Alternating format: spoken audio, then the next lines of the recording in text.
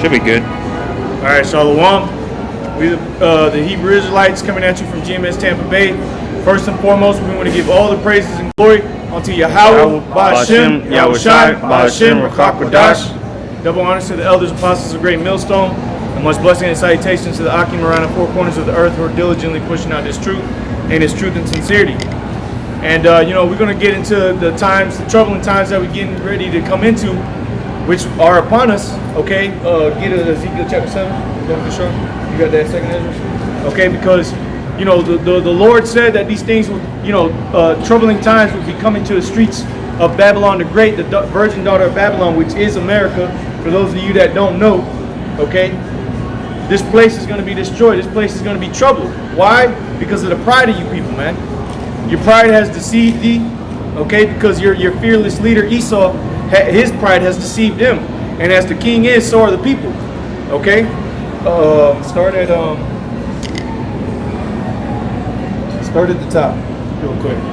It's the book of Ezekiel, chapter 7, starting verse 1. Moreover, the word of the Lord Yahweh came unto me, saying, also, thou son of man, thus saith the Lord, power unto the land of Israel, and the end is come upon the four corners of the land. Right, and that's what we're preaching out here, man. That's why the Lord has ordained us, Lord wills, we be those men. All right, the prophets of the Lord. The Lord has sent us out here to tell y'all people that the end is come, man. Okay? There should be no other thing that you should be worried about other than coming to hear the words of the Lord, man. Inquiring of the Lord, inquiring of the times at the mouths of the prophets. And it said to the land of Israel, man, because it first starts at the house of Israel. You so-called Negroes, Latinos, Native Americans, you're the chosen people of the Lord. And if what the things that are happening on the earth, if you're not realizing what's happening, man, then you're gonna get caught in the madness that's getting ready to come. Forgot all about Esau. Go ahead. Reading on, it reads verse 3. Now is the end come upon thee, and I will send mine anger upon thee, and will judge thee according to thy ways. Read that again, Sean. It's the book of Ezekiel 7, verse 3.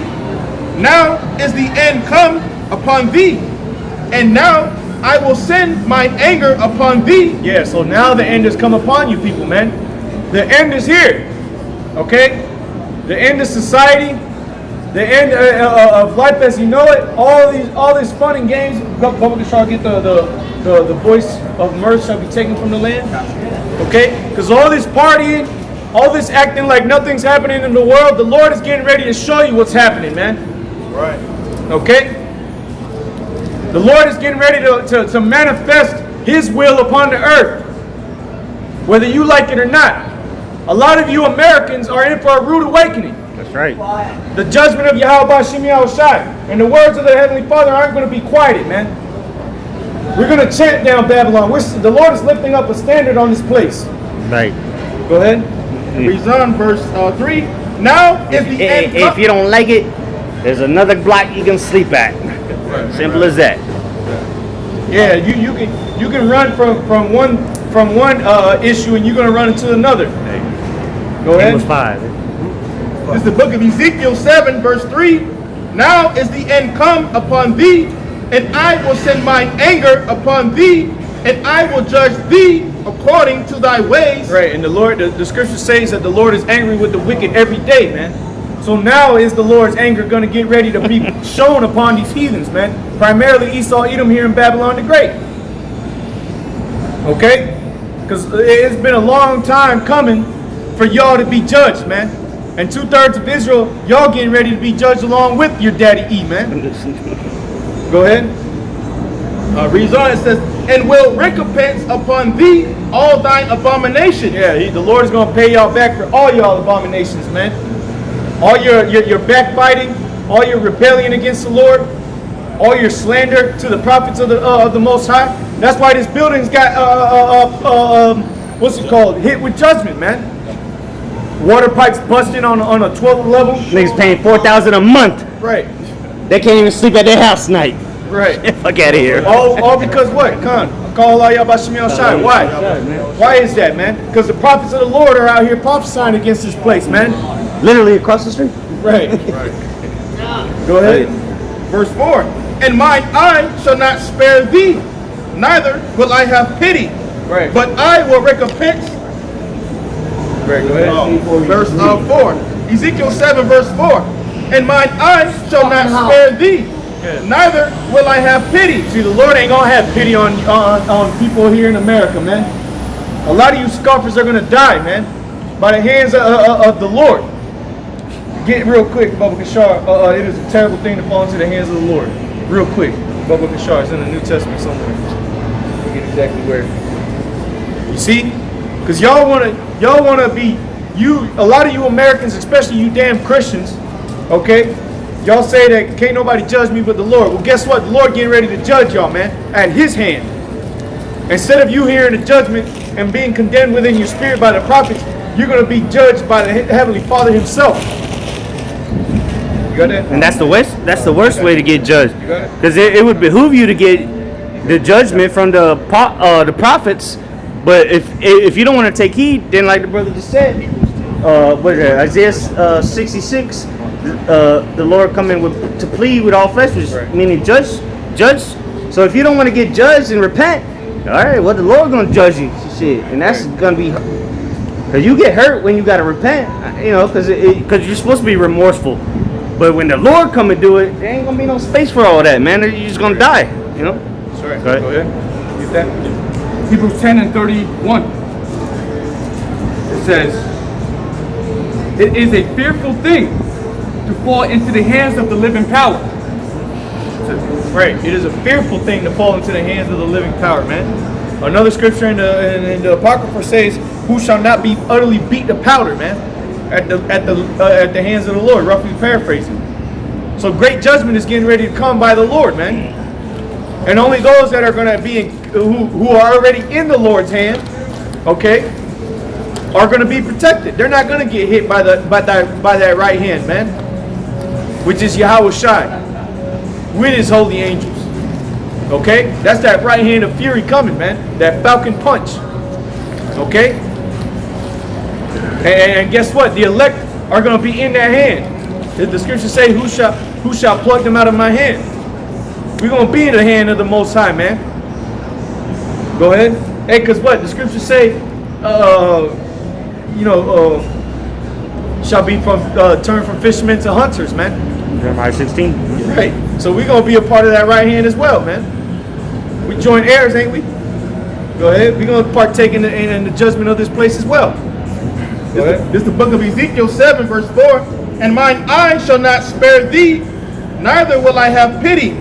But I will recompense thy ways upon thee, and thine abominations shall be in the midst of thee. Right. And it says, we shall not pity thee. The scripture saying in Sirach 12, who shall pity a charmer when he is bitten of a snake? 2/3 of our people, we've been warning them, telling them that the damn devil, Esau, Edom, the so-called white man, okay, the devil the Bible speaks of, that he's the enemy. Yeah, it's all fun and games till the Lord starts jacking y'all devils up, man. But guess what? We've been telling our people that this man is the devil and that he is not to be trusted, but then they start getting judged and they don't understand why. Things start happening to them and they don't know why. And we've been telling you why, man. Right, that's why Esau got just Right, you guys are crazy. Okay, well, come defend your standpoint. If we're crazy, then shit. If we're wrong, then come prove us wrong. Because we got the facts. Let's see what you got. Too hot over here, that's why. Right. Go ahead. Reading on, it says, and thine abomination shall be in the midst of thee, and ye shall know that I am Yahweh. Yeah, and y'all gonna know who Yahweh is, man. Because what? The prophets have been out here telling you that the Lord is getting ready to come. The Lord said, warn them from me. So when these things come to pass, and lo, they will come, then shall they know that a prophet has been amongst them, man. Why? Because we came in the name of Yahweh Hashem Yahweh Shai, man. Okay? But it said what? It said that the judgment shall be round about thee, roughly paraphrasing. Shall be in the midst of thee. Shall be in the midst of thee. That's why Revelation 18:4 tells you to come up out of her, my people. Be not partakers of her sins. Babylon is fallen. Babylon is fallen, like it says in Revelation 18 and I think verse 2. Okay? See, so great judgments are getting ready to come here, and you got to spiritually come up out of this place, man. You got to spiritually prepare. By doing what? By seeking the Lord 10 times more. Okay? Go ahead. Verse 5, it says, thus saith the Lord power and evil, and only evil, behold, is come. An end is come. The end is come. Right, and when you break the word evil down, Eve meaning time and ill meaning bad. So evil meaning bad times is coming, man. You see it happening all around the earth. What makes you think that it's not coming here to America? What's so special about this place that it can't be touched? Get Revelation 18 and 6, 7, I believe, where she sitteth the queen and them no widow. What makes this place so special? This place is a village of unwalled village, man. And that's why it's called the Virgin Daughter of Babylon, because it's been untouched. Right. But that's the pride of these people, man. They're like, hey, nobody can invade us. Who can come in and take our democracy away? Right. The Lord's gonna do it. Right. That's right. Go ahead. This is Revelation 18. I'll start at verse 5. I think it's points in verse 7. It says, for her sins have reached unto heaven, and the Most High hath remembered her iniquities, reward her even as she rewarded you, and double unto her double according to her works. Right. So double according to her works, man. The main reason why a lot of these other countries on the planet Earth are going through what they're going through because of America, man. Because of Babylon the Great. Because of Esau. These countries that are suffering economically, America is the cause of that, man. That's right. The reason why these countries are suffering through famines, because Esau went up in there, man. The reason why people are dying of diseases, because Esau went and experimented on people, man. See, because everybody bugging out about the whole South Africa thing. Well, you forgot about what happened years ago. Right. When the people that actually belong there were killing the farmers. Remember, they were killing the white farmers? Yeah. That happened like 4 or 5 years ago. Right. Everybody forgot about that. Now they wondering why the food ran out. But first of all, it was all set up first and foremost by Esau Edom himself. Because I believe, I could be mistaken, but I believe that South Africa was a British colony at one point. So it's Esau at the end of the day. Esau was there heavy, or they're still there heavy. I mean, they're getting... There's the rich motherfuckers in there, yeah? That's why the farmers was getting killed. That's right. Because those Hamites had a problem with it. And now, Those crackers just kind of settled in there, like shit was just pretty, shit was sweet, and them dirty ass Hamites had a problem with it, and rightfully so. That's the same shit that we're saying. That's the same shit that's going on over the planet Earth. That's why everybody got a problem with this devil, man. Right. I can read. Yeah. It says, I'm in the middle of verse 6. It says, in the cup which she hath filled to her double. That's right. So this place is going to get double-fold, twofold what they've done to the rest of the world. Primarily the apple of the Lord's eye, the Israelites, the chosen people of Yahweh Bashim Yahushua, the true names of the Heavenly Father and His only begotten Son. You devils got a hell of a tab to pay, man. And you're going to drink of that cup. It's going to be forced down your damn throat. Just like slavery was forced down our throat, it's going to be forced down your throat, man. Mm-hmm. Go ahead. Verse 7. How much she hath glorified... Even the judgment's going to be forced down your damn throat, man. You're going to be had in derision. Okay? You ain't going to have no say-so and something not happening to you, man. Plague after plague after plague is coming your way. Evil and only evil is come, man. Right. Bad times. Go ahead.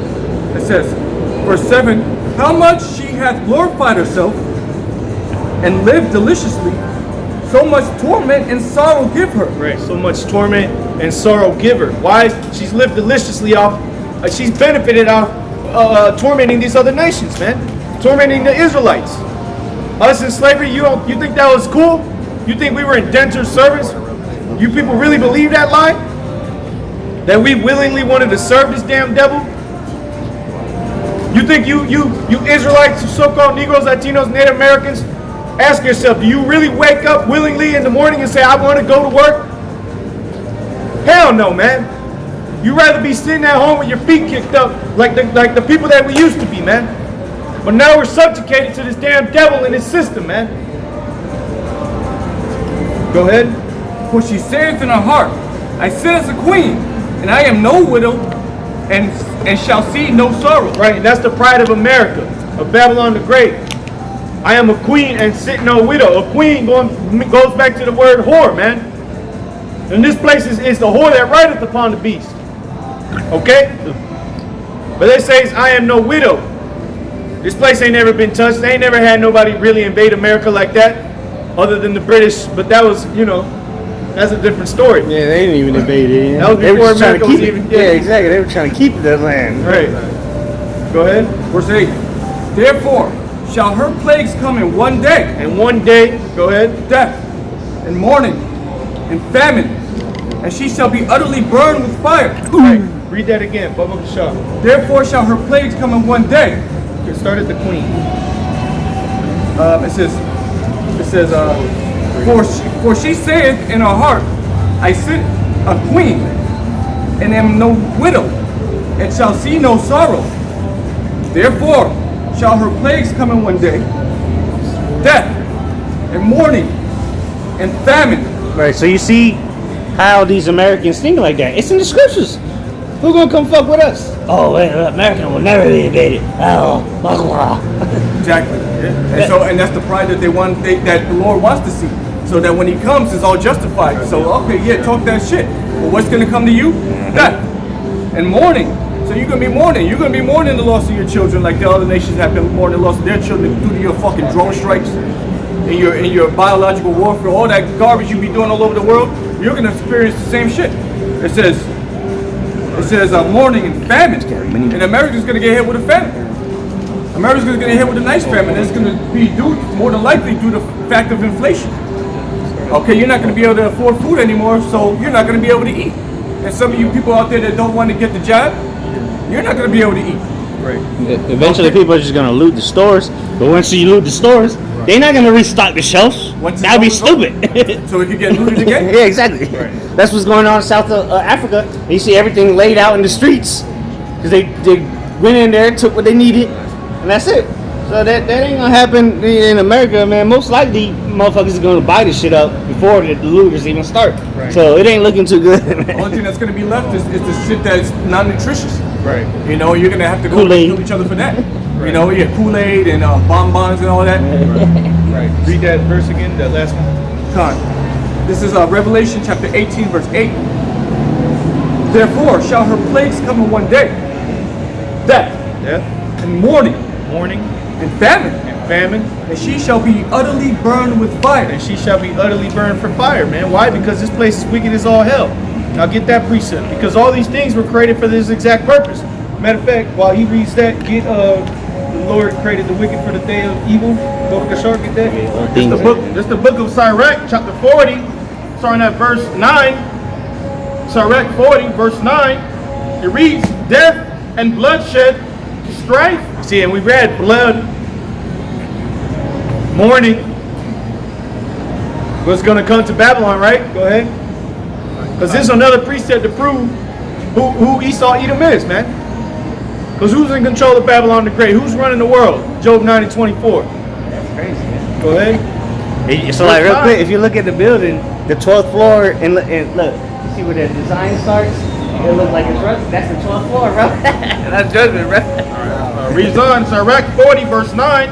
Death and bloodshed, strife and sword, calamities, famine, tribulation, and the scourge. These things are created for the wicked. These things are created for the wicked. Malachi 1:4 tells you the border of wickedness is Esau Edom, man. He's running Babylon the Great. He's the one that's in power. He's the one causing all these things around the earth, man. And he's the one that's going to be judged, along with whoever's holding his hand, man. Though hand join in hand, the wicked shall not go unpunished. Go ahead. You guys can kumbaya all the way to the missiles drop. You're still going to get judged. He's still going to go into slavery. It reads, these things are created for the wicked, and for their sakes came the flood. And for their sakes came the flood. Okay? So this time, the flood that's getting ready to come, because the Lord promised he wouldn't flood the earth with water. That's the whole thing. That's the whole symbolism of the rainbow. But the Lord's going to bring a flood of fire this time, man.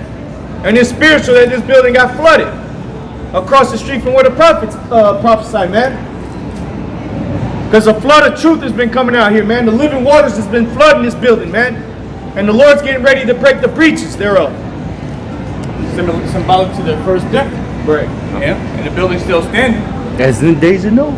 And that's where we are right now. The days are over. So that second dust is gonna come and wipe everything out.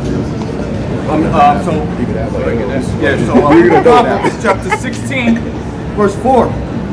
It says, "The Lord Yahweh hath made all things for Himself. Yea, even the wicked for the day of evil." Yeah, see, the Lord created even the wicked for the day of evil, man. And we read Revelation or Ezekiel 7 that evil and only evil is come.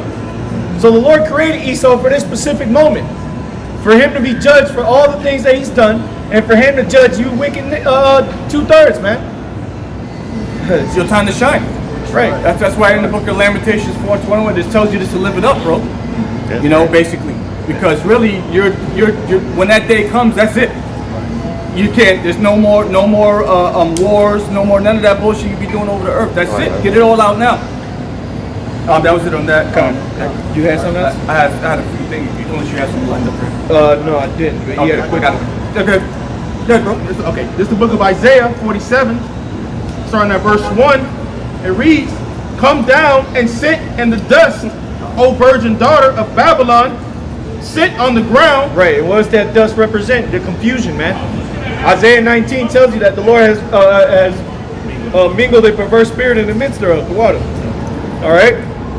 The Lord is confusing these people. They don't understand why these things are happening. Going back to the statement we made earlier, okay? You ain't gonna know which way to go.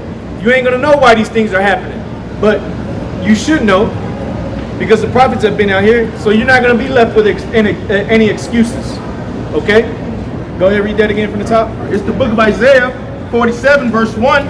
"Come down and sit in the dust, O virgin daughter of Babylon. Sit on the ground. There is no throne." Right, sit down on the ground, because this place is getting ready to be brought down to its knees, man. America the Great, this place is getting ready to be brought down. There ain't gonna be no more suffering. There ain't gonna be no more wicked. There ain't gonna be no more abominations being done on the earth, man. Go ahead. It reads on, it says, "There is no throne, O daughter of the Chaldeans, for thou shalt no more be called tender and delicate." Right, this place ain't no longer going to be called tender and delicate, because what? You liken a woman that's tender and delicate to a virgin, like it said, virgin Babylon, okay? Because this place ain't never been touched. America, that is. But it's getting ready to get touched. It's getting ready to be defiled. It's getting ready to be ravished by these other nations, man. Especially by the Lord and His angels and His judgments. So live it up. Enjoy your Saturdays. Go ahead. While you can. Verse 2, it says, "Take the milestones and..." Millstones. Oh, Salah. Verse 2, "Take the millstones and grind mill." Right, and that's what the prophets are doing as well. We're putting in that work. But y'all go ahead and continue putting in that work on the wickedness that you're doing. Go ahead. It reads Bro, on, so like, Jay think this is a joke, but when the shit hit the fan and you don't know what to do, and you see the same people you see now laughing at your ass, don't complain. Shit. Go ahead, this is the book of Isaiah 47, verse 2. "Take the millstones and grind mill, uncover thy locks, make bare the leg, uncover the thigh, Right. pass over the rivers." Right, and this is what we're doing. This is what the prophets are doing, making bare the leg. Making this place exposed, man. Showing the place for showing the people the filthiness of this whore, man. This place is one big giant blue waffle. Disgusting. You don't know what that is, look it up. It'll lead you down a dark hole. But that's how this place is being exposed, man. You look at that picture and you go like, oh shit. Well, that's how people are waking up, like, oh shit. This place is the wicked. This place is the whore. Esau Edom is the devil that the Bible speaks of. But not too many people are really okay with it. Deep down inside, these jakes know this damn so-called white man is the devil, man. They know this man ain't right, but they don't want to accept it because they living in his world and they want to be a part of it. That's why the scriptures say in James 4:4, friendship of the world is enmity with the Most High, which means adverse. You're contrary to the Lord if you're a friend of this world, man, because this is Esau's world, but Jacob is the beginning of it that followeth, man. So this world ain't gonna be no more, meaning this era, this eon. Okay, go ahead. It reads on, verse 3, thy nakedness shall be uncovered, yea, thy shame shall be seen. All right, that shame shall be seen. Because what? Now these Edomites are talking about, well, that wasn't me. I didn't have slaves. I don't got slaves, but you're benefiting off of it. I was telling, I seen a homeless man the other day, Edomite homeless man. And I said, this guy's a two-time loser. You know, I'm thinking to myself, you know, this society was literally, you can be a loser of an Edomite and still get a good job, man. All you got to be is the son of the right person, and you get a job at a high end, at a high corporate position, man. Yeah, you get a law firm. Right. You become partner. And meanwhile, this nigga been working 30 years for that. Right. Since you're the son of a rich man or whatever, you get you know. The best thing you Jakes get is if your daddy played in the NBA, you might get a shot on the team, man. Yeah, they were like, oh well, he was this son. Let's give him a shot, a tryout. Just like what they call it in college, they had to let you into like Ivy League schools. Right. There's a Same term thing, for to that. get indoctrinated. No, I'm saying there's a term for that. Legacy is it not legacy? It's I don't know. It's something with an L, because I Yeah. was thinking Yeah, I of can't it remember too. that shit though. But you know what I'm talking about. So if your father went there, it's go there. such and such frat or whatever, you automatically get in there. Yeah, I forgot what it's called. Yeah, exactly. Yep. Damn, there's a term for it. I can't think of it though right now. Right. Reading on, it says, I will take vengeance, and I will not meet thee as a man. Yeah, see, the Lord is going to take vengeance, and he ain't coming this time as a man as he did when he was on the earth as Yahweh Shai himself, who the world literally calls Jesus. He ain't coming back like that again. He came, y'all saw, and y'all witnessed, and now y'all getting ready to witness him coming in an angelic body, man, with an angelic force. That's right. To render recompense to those that troubled us, man. More importantly, troubled him. That's right. Okay? That was it on that one? Yeah. Con. Go ahead and get yours. Right now, there's probably about 6 brothers at home looking up blue waffle, getting images. This is our book of Isaiah, chapter 24. I have to take off some settings to allow you to see those pictures, bro. Yeah, Jesus. Put a lot of explicit. You gotta open the cookies up. Isaiah 24, we'll start at verse 3. It is legacy. It is legacy. Legacy, Yeah, okay, it's legacy. got it. Yeah. It says, the land shall be utterly empty. I should start at the top. Isaiah 24:1. Behold, the Lord Yahweh maketh the earth empty, and maketh it waste, and turneth it upside down, and scattereth abroad all the inhabitants thereof. And it shall be, as with the people, so with the priest. Right. As with the servant, so with his master. So with the maid, so with her mistress. As with the buyer, so with the seller. And as with the lender, so with the borrower. And as with the taker of usury, so with the giver of usury to him. Right, so the point being, everybody gonna get it, man. Like the Oprah Winfrey show. Everybody gonna get a plague. Everybody gonna get a judgment. Right. The only ones that are gonna be covered and protected from the plagues that are still gonna be sent to us.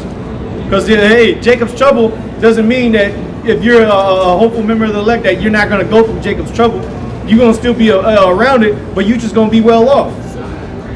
Okay, go ahead. Yeah, And that fear the Lord. Right. Yep. You'll be stable. Right. The Lord. You have a hedge of protection. Kind of, Brother Barak quoted it, the prayer from Yahweh Shai. You know, John 17. I pray that thou take them not from the world, but to keep them from the evil, man. So the Lord going to keep us from suffering like these other people, because we're going to be rejoicing. Okay, go ahead. Verse 3. The land shall be utterly empty, utterly spoiled. Right. For the Lord Yahweh hath spoken this word. Right. What land? First and foremost, Israel. The Israelites. Okay, because Israel was a people before it was a land. And we did get judged. We were ravished. We were made desolate, meaning empty, void. Okay? But what? The other nations are getting ready to be judged because Deuteronomy 30:7 says that these plagues shall befall our enemies, man. Go ahead. Verse 4. The earth mourneth and fadeth away. The world languisheth and fadeth away, and the haughty people of the earth do languish. Yeah, the haughty people of the world do languish. What does haughty mean? The pride, the proud people. They gonna be hurt. They gonna be crying out. Exhibit A. Right. They gonna be starving, like the dude Into the Wild. Okay, they're gonna be dying of pestilences, getting their houses destroyed. Prime example, Exhibit A again. Okay, go ahead. Verse 5. The earth also is defiled under the inhabitants thereof. Right. Because they have transgressed the laws, changed the ordinance, broken the everlasting covenant. Therefore hath the curse devoured the earth, and they that dwell therein are desolate. Right. They that dwell therein are desolate, man. That's why our people are void of light. They're void of they're void of a spirit of correctness in them, man. And they're covered in gross darkness because they've been made desolate, meaning empty. You go into that word, it means empty. Okay, go ahead. Therefore the inhabitants of the earth are burned, and few men left. Yeah, burned and few men left. Those few men are the ones that are going to be saved, and the rest are going to be slaves. Okay, go ahead. Verse 7, Isaiah 24:7. The new wine mourneth, the vine languisheth, and the merry-hearted do sigh. Right. Who's the new wine? What's that referencing? That's talking about the elect, man. Okay, those that are pushing out this new song. Go ahead. Con, I'll read that again. The new wine mourneth, the vine. We mourning, man. We're sighing and crying for the abominations done in the midst thereof. This place is likened unto Sodom. Was Lot not sighing and crying? Yeah, vexed with the filthy conversation of the wicked. Go ahead. Right, because the new wine only the elect know. Right, exactly. You know? And they're, like the brother said, they're the only ones sighing and crying. Go ahead. The wine languisheth, all the merry-hearted do sigh. Verse 8. The mirth of tabrets ceaseth. Yeah, the mirth of tabrets ceases. Okay, all this folly out here that's being done, man, it's gonna soon be cut off. Y'all really ain't enjoying your weekends, man. You ain't enjoying your days at all. You're just getting by. You're really fucking miserable, man. You can't go out here and enjoy your days, man. There's nothing but straight wickedness out here. Okay, you see the thing. You people know what's going on in the world, man. You just choose to act like you don't see it. Go ahead. The noise of them that rejoice endeth. The joy of the harp ceaseth. Right, all those celebrations y'all had of society opening back up, all that's for nothing, man. Hey, so really the new wine is talking about in that scripture is this philosophies of this world this morning because it's fell in them. Right, because yeah, that's the point. Yeah, that's a good point. That's exactly what it is. Because what these people are, they can't really rejoice anymore. Yeah, what are your philosophies? These neo, wine, the new wine or new philosophy. What is this? Where's the answers? Right. Where are the answers to with all these new philosophies? Everybody got their own shit, but nobody got the answers. But what the men they have been given it, which is being brought out of us that wine, so to say that the knowledge goes what it edifies, build, educate, Educate, draw out. Okay. That's in the elect, but it's the new wine, the shit, feminism and because the scripture says I have created a new thing on the earth. Yep, gone. Yep. Like brother said, that's right. That new wine. But it has no answers. Right. It don't get you nowhere at the end of the day. It just makes you feel good because you're a demon. It makes you allow you to do whatever the hell you want to do, but at the end of the day, it doesn't help you. GMO wine. Yeah, right. Got no benefits. Sulfate's on 100%. Right. It's that what's that cheap brand of wine?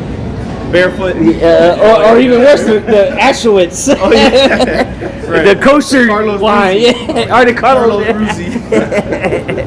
5 gallons. Yeah, 5 gallons for $10. Like, goddamn. Sangria. Verse 9, Isaiah 24:9. It says, "They shall not drink wine with a song, Yeah, you should not drink wine with a song, man. You see? Because y'all gonna be miserable, man. Your way of life is not gonna comfort you in any way when everything has hit the fan, man. Well, look at what happened during the lockdown. Right. The streets were dead. We were still out here, of course, but nobody was singing and hollering and hooping and whatever. So imagine the next lockdown, which they're already starting. California now they're mandating masks again indoors. So it's about to get back to the the grinding, you know, or the ceasing, you know. Yep. Go ahead. It says they shall not drink wine with a song. Strong drink shall be bitter to them that drink it. Right. All you know, going to these bars and washing away your misery of the work week. It ain't gonna do you any good in these last days, man. Because you're gonna be financially hurt. You're already. I imagine these people right now. These people that got kicked out of their homes because of this water pipe busting. These people ain't. I'm pretty sure a lot of them went to bars. Yeah. Like, damn, my shit. I can't go back home. My shit's their sorrows. They probably still got to pay the mortgage. Oh yeah, they got to. That shit ain't gonna get prorated for them. Unless you want to move out. That's as they call an unforeseen incident. Yep. Okay. Their insurance might not even cover any lost damages. Because that's not natural. I mean, well, it might if they had it. Right. Which I guarantee you, most people in that building didn't. Especially them hoes. OnlyFans. Yeah. Verse 10. The city of confusion is broken down. Yeah, see, the city of confusion sitting in the dust. O virgin daughter of Babylon. Babal, meaning confusion. Okay, go ahead. The city of confusion is broken down. Every house is shut up that no man may come in. Yeah, these houses are literally shut up. Yeah, literally. They got guards at the doors and shit. Yeah, you can't go in your home right now, man. You know? But soon enough, it's going to be to the point to where people are like these movies, they board up their windows, they board up their doors, okay? You ain't going to be able to just walk up into your house like that, man. These businesses, they going to be boarded up. You ain't going to be able to go to the stores no more. Go ahead. I think it's in the Bible says you're not supposed to build houses like this. Yeah, they're supposed to 2 floors. door to door, or 3 floors, over 3 floors. Well, the third one's the top one. Yeah, the top. With the fence around it, right? The roof. No, you can do 3 floors, but that the okay, roof, got it. you know, you gotta have that fence so people don't fall over there. Back in here, back in Isaiah chapter 24, verse we were at verse 11. There is a crying for wine in the streets. All joy is darkened. The mirth of the land is gone. Right. There's going to be a crying for wine in the streets. Then that's when people are going to be wanting to look for that old wine. Okay. They're going to be desiring to seek after the Lord, to drink of this cup, the cup of salvation. Okay. Go ahead and read that part again. Verse 11, Isaiah 24. There is a crying for wine in the streets. All joy is darkened. The mirth of the land is gone. Mirth of the land is gone. Very clear, like you said, people are gonna look for that old wine. There was I can't remember what movie it was, but the dude was clowning people. He said, "Give me that old time word." Oh yeah, the old time prophecy. It was the show, The Chosen. Chosen. Twilight Zone. Oh, the Twilight. Yeah, that's what it was. Yeah, get it. Oh, way by the water. Yeah, get it old time. religion. But look, he was the one that got saved.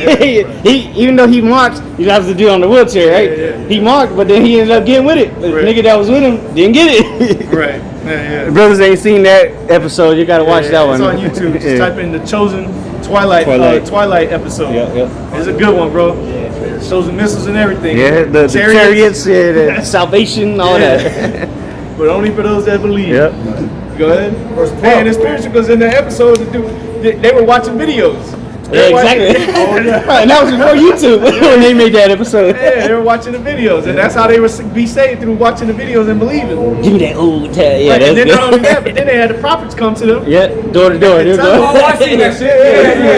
Yeah. I showed the brothers. He got fired or something? Yeah. He Got fired. Yeah. And then He lost his woman.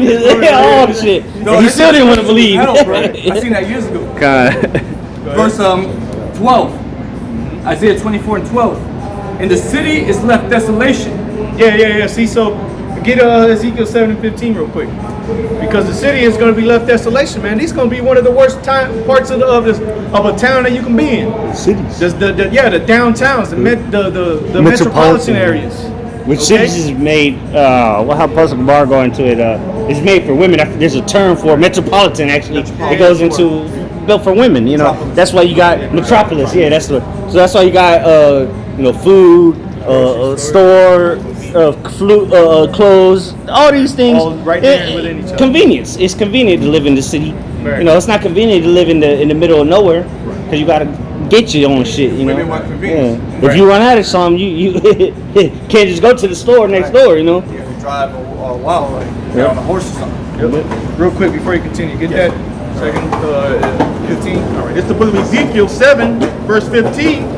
The sword is without, and the pestilence and famine within. He that is in the field shall die with the sword. The country. It's what? And then who lives out majority in the country? These redneck Edomites with these guns. Yep. So you gonna die by the sword. Go ahead. And it says, and he that is in the city, famine and pestilence shall devour him. Yeah, famine and pestilence, because all these, like the brother said, the grocery stores out here, everything's tailored for convenience. If you live in downtown, well, you're gonna be dying of starvation. You're gonna be dying of pestilence. So you already got a huge infestation of shit on the streets that you walk on. Yeah. Imagine in that day when ain't nobody coming over here to clean the shit up. Most bums live in downtown, so Right. Disease is gonna flourish out here in these downtowns, man. Crime, all that. Yeah, crime. Yeah. oh wait, but water. No. Oh, never mind. Yeah. All right. Go back to that. Finishing this off here in the book of Isaiah, chapter 24, verse 12. It says, "In the city is left desolation, and the gate is smitten with destruction." Right. The gate is smitten with destruction, man. All right. Now let's get into that second Esdras. 15, man. You can start at 14 or the top. Start at the top.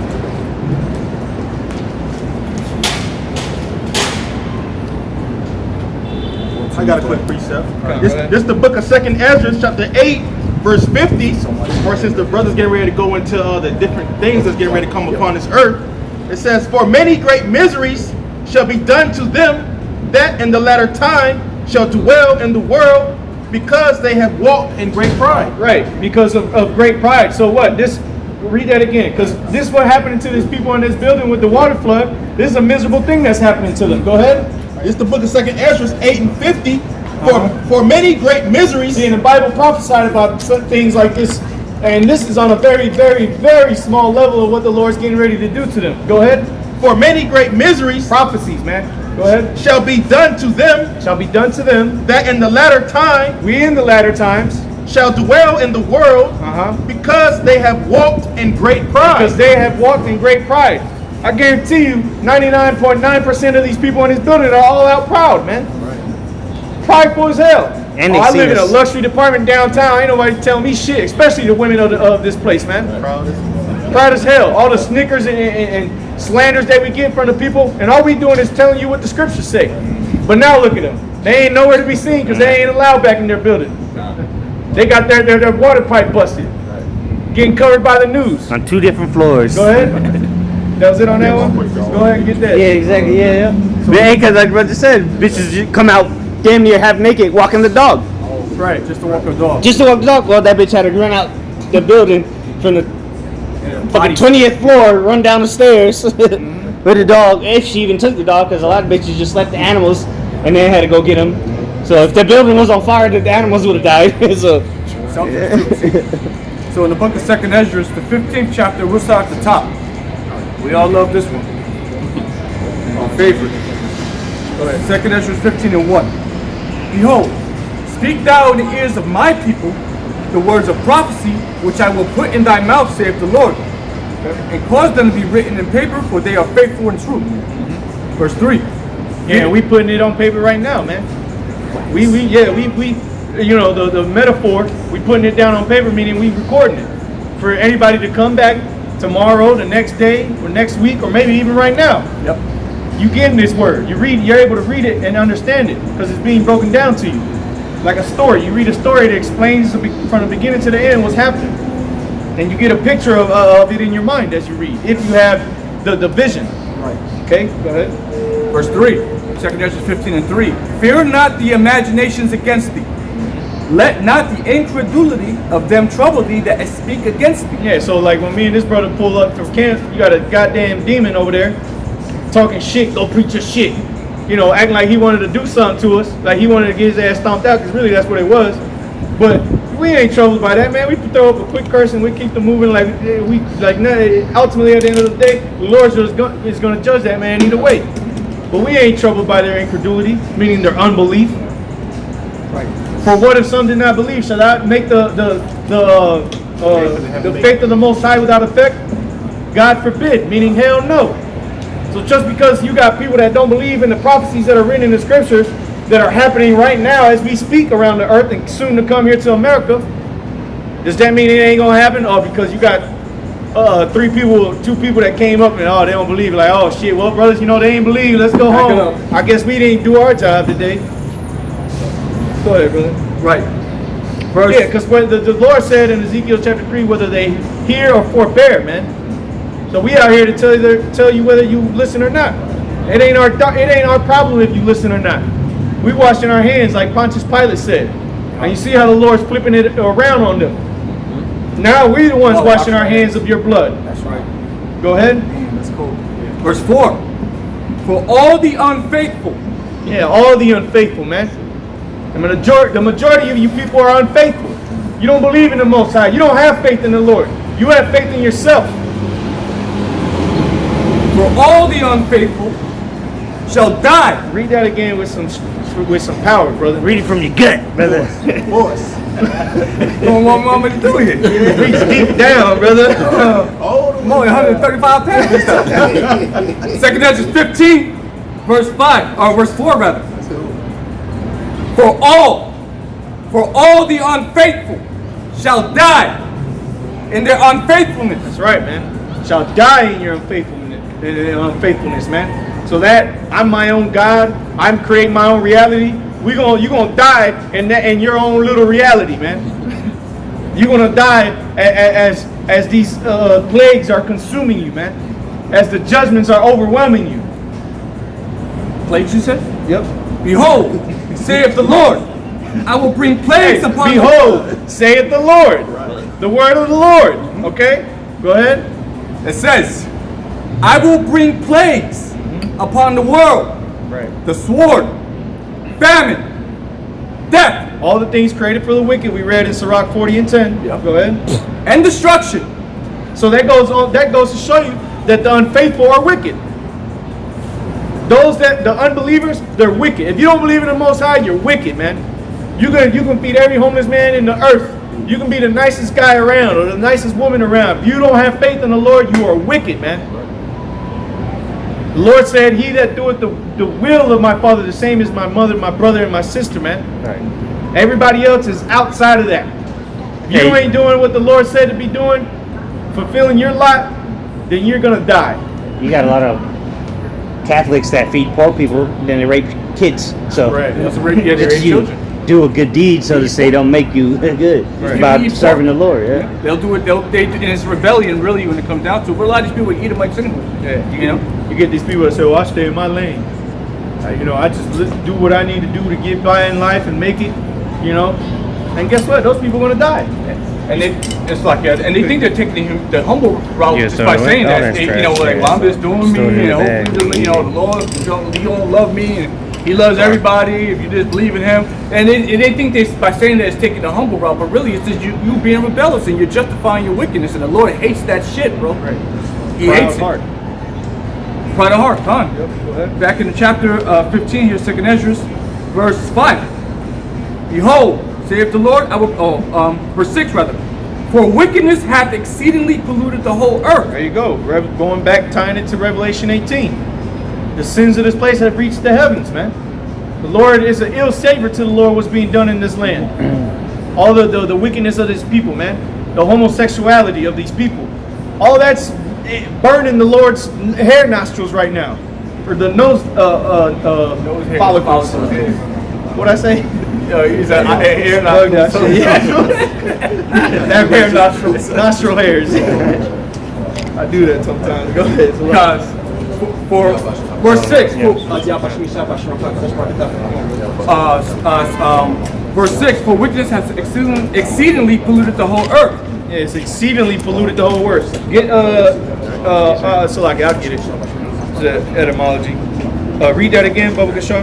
2 Corinthians 15:6. For wickedness hath exceedingly polluted the whole earth, and their hurtful works are fulfilled. Exceed, to go beyond. The etymology of the word exceed or exceedingly has polluted the whole earth. It has gone above and beyond the level of wickedness that it was supposed to be fulfilled, man. The wickedness of Esau, Edom has surpassed, has gone beyond the level it was supposed to go.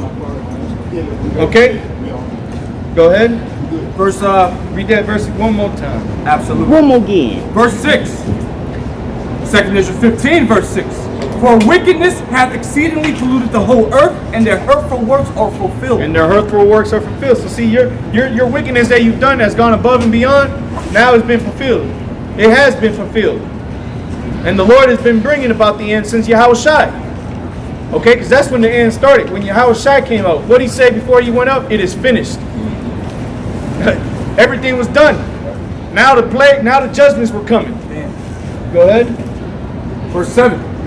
Therefore saith the Lord Yahweh, I will hold my tongue no more as touching their wickedness. Yep, because what? Though judgment against a wicked work is not executed speedily, the hearts of men are set in them to do evil. You see? So the Lord was holding his mouth. You know, like if you deal with your children or you're a woman and she been doing some shit, or your kid's been acting up, you try to hold it in to see if they stop, and they see your look on your face, like, oh shit, let me just stop this. He look like he about to snap. Right. Well, now the Lord ain't holding back no more. Good. He ain't holding his tongue. Now he's sending his prophets out here to tell you. Go ahead. I will hold my tongue no more as touching their wickedness, which they profanely commit. Which they profanely commit, man. Let me get that word profanely. Okay? Because that's the pride of these people, that they don't give a damn. They say I'm gay and I'm proud. Yeah. It went from I'm black and I'm proud during the times of Rick, not Rick James, James Brown. Now they don't even want to utter it. And they say that gay is the new black. That's why the BLM was made for, because now you see what they're integrating with all that. Right. The moles, you know. It says profane etymology. It says to desecrate, render unholy. Yep. Outside the temple, pretty much. Right. You know? Yes. Right. That's what these people are, man. That's how they profanely commit, man. Just blatant wickedness, and they're okay with it. A man sticking his rod in another man's booty hole, and they profanely promote that, man. They just had a dude who went up to a school to teach students, and he had a whole outfit with a damn dildo on, man. Oh yeah. I didn't click on it, but I saw it. Yeah, I didn't see the video. I saw the picture. To help them read. Right, to help them. The fuck is that gonna help? What kind of Nigga got a dildo in your face while he reading Dr. Seuss. profanely, man? Profanely commit. That's how booked up this damn place is, man. Nobody's upset about this. That's why the Lord got to destroy America, man. Right. Where's the protest for that? Yeah, that Nigga should with be a a big dildo deal. at an elementary school. Right. That should be a big deal, bro. Go ahead. It says, I will hold my tongue no more as touching their wickedness, which they profanely commit, neither will I suffer them in those things. Yeah, the Most High ain't gonna suffer you people anymore, man. He's getting ready to annihilate the majority of the people on the earth, man. Get Isaiah 66 and 15 and 16, both can show real quick. Lord ain't gonna suffer you no more, man. He's tired of these people's nonsense, man. He's getting ready to bring judgment, man, to render recompense, Right. vengeance, man. The Lord is sick of you people, and so are his men. Go ahead. It's the book of Isaiah, chapter 66, verse 15. For behold, Yahweh will come with fire, and with his chariots like a whirlwind, to render his anger with fury, and his rebuke with flames of fire. Yeah, see? The Lord's coming with them chariots, and the Lord's coming with these missiles, man, to bring judgment upon the earth because of the wickedness that these people profanely commit. The Lord ain't holding back his tongue no more. He sent his prophets out here to let you know he's coming to annihilate you if you're wicked, man. So for the best thing for our people to do, the Israelites, the chosen people of the Lord, the so-called Negroes, Latinos, Native Americans, so-called, the best thing for them to do is to turn back to the Heavenly Father, man, and to serve Him and do His will according to what your position is in life. Okay, read verse 16 now, because if not, this is what's going to happen. Go ahead. Verse 16. And this is a prophecy that has not happened yet. Quote Go it. ahead. And reads. Quote it. Oh, this is the book of Isaiah, chapter 66, verse 16. For by fire and by his sword will the Lord Yahweh plead with all flesh. Yeah, and that word plead in the Hebrew is judge, mashapat. Okay, go ahead. And the slain of the Lord shall be many. And the slain of the Lord shall be many. The wicked, the majority of the people on the planet Earth are wicked. The scripture says there be many created and few that shall be saved, man. You think the wicked are going to be delivered? The Lord's going to come back and say, okay, well, I love everybody. That's a lie Christianity taught our people, man. The Lord said the slain of the Lord shall be many. Get that again in 2nd Ezra, Baba Kashar. Back in 2nd Ezra in the Apocrypha, chapter 15. It's time for our people to wake up and smell the coffee, man. Verse 8. Go ahead. I will hold my tongue no more as touching their wickedness. Right, the Lord is not holding back no more, man. Judgment upon judgment upon judgment is getting ready to come to these streets. Evil and only evil is come. Destruction and desolation. Go ahead. Which they profanely commit. Neither will I suffer them in those things in which they wickedly exercise themselves. Behold, the innocent and righteous blood crieth unto me. Right, the innocent and righteous blood crieth unto him. We crying right now. We complaining unto the Lord. Go ahead. It says, and the souls of the just complain continually. Verse 9. 2nd Ezra 15 and 9. And therefore saith the Lord Yahweh, I will surely avenge them, and receive unto me all the innocent blood from among them. Right, the Lord is going to receive us back, man. We're going to be engrafted back into that promise. He's going to deliver us, man. Because we've been complaining about the things that the Lord is getting ready to not suffer anymore, man, to get rid of. We be like, oh, see, the Lord is looking at us like, Lord, will we be those men? He's looking at us like, yeah, see, look, even they tired of this shit, man. I need to get them out of here. Go ahead. Hey, that's why the day shall be shortened for the elect's sake. Because if they weren't shortened, there shall be no flesh to save. The Lord ain't unrighteous to forget our labors of love and work, or of love. Yeah, labors of love, man, which love is the doing of the commandments. Go ahead. Verse 10. Behold, my people is led as a flock to the slaughter. See, the slaughter is coming, man. Okay? For my people, for the Lord's people, the Israelites. You had a quick one up? Yeah, going back to that. Go ahead. Luke 18, start at verse 6. Book of Luke, chapter 18, verse 6. And the Lord said, hear what the unjust judge said. And shall not the Most High avenge his own elect, which cry day and night unto him, though he bear along with them? Verse 8, I tell you that he will avenge them speedily. See, there goes to show you, man, that the Lord has always been with us, complaining through our whole life, man. Hearing our complaints about the world, man. Even before you came into the truth, you knew damn well you hated this shit, man. You hated dealing with these wicked ass women, the way our people were, being around niggas, man. Yeah, we were a part of it, and yeah, we partook in it, but deep down inside, we just did something wasn't right, man. We were suffering, man. I guarantee you, a lot of us that believe, that follow the Lord, that are going to be delivered, I guarantee you, before you came into the truth, there were times that you were up at night shedding a tear, man, for the life that you had to be living, man. And the Lord was right there listening, man. Because what? The sacrifices of the Lord are a broken and contrite spirit, man. Go ahead. Yep. Luke 18 and verse 8, I tell you that he will avenge them speedily. Go ahead, finish. So nevertheless, when the Son of Man cometh, shall he find faith on the earth? Right. Because that's how few people that are going to believe going to be out here, man. Okay? But the Lord's going to avenge us speedily, man, meaning quickly. The Lord's getting ready to come back to render judgment upon those that troubled us. They continue to trouble us. And this society is troubling. You can't live a righteous life in this society, man. You try you come across a roadblock every time, man.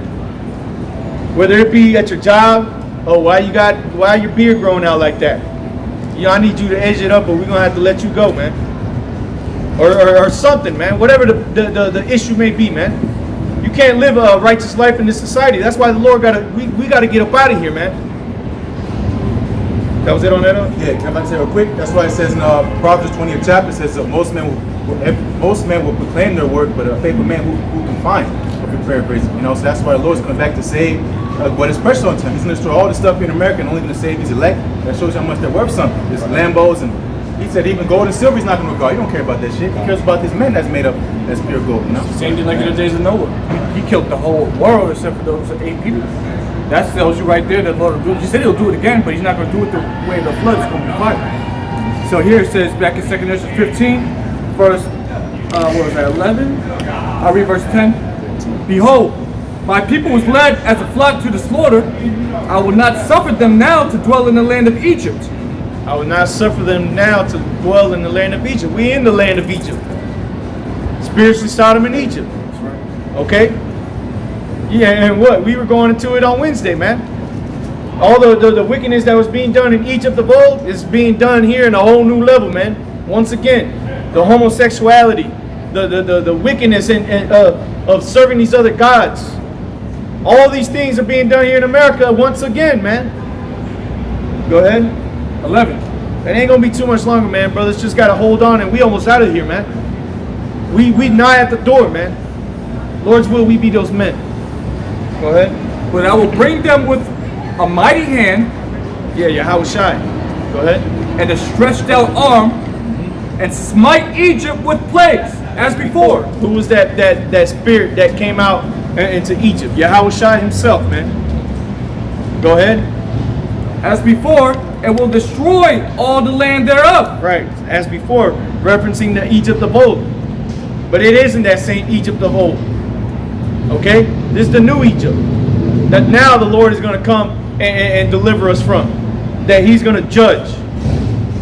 Okay? And the scriptures even tell you, it shall no more be said, the Lord delivered the Israelites out of the land of Egypt, but out of the land of the north, the spiritual Egypt. Go ahead. It says, verse 12, Egypt shall mourn, and the foundation of it shall be smitten with the plague and punishment that the Most High shall bring upon it. Right, and you've seen the foundation of this place being crumbling every day, man. Even on a physical level, you seeing these buildings falling apart, man. The foundation of this place is through. The backbone of America is through.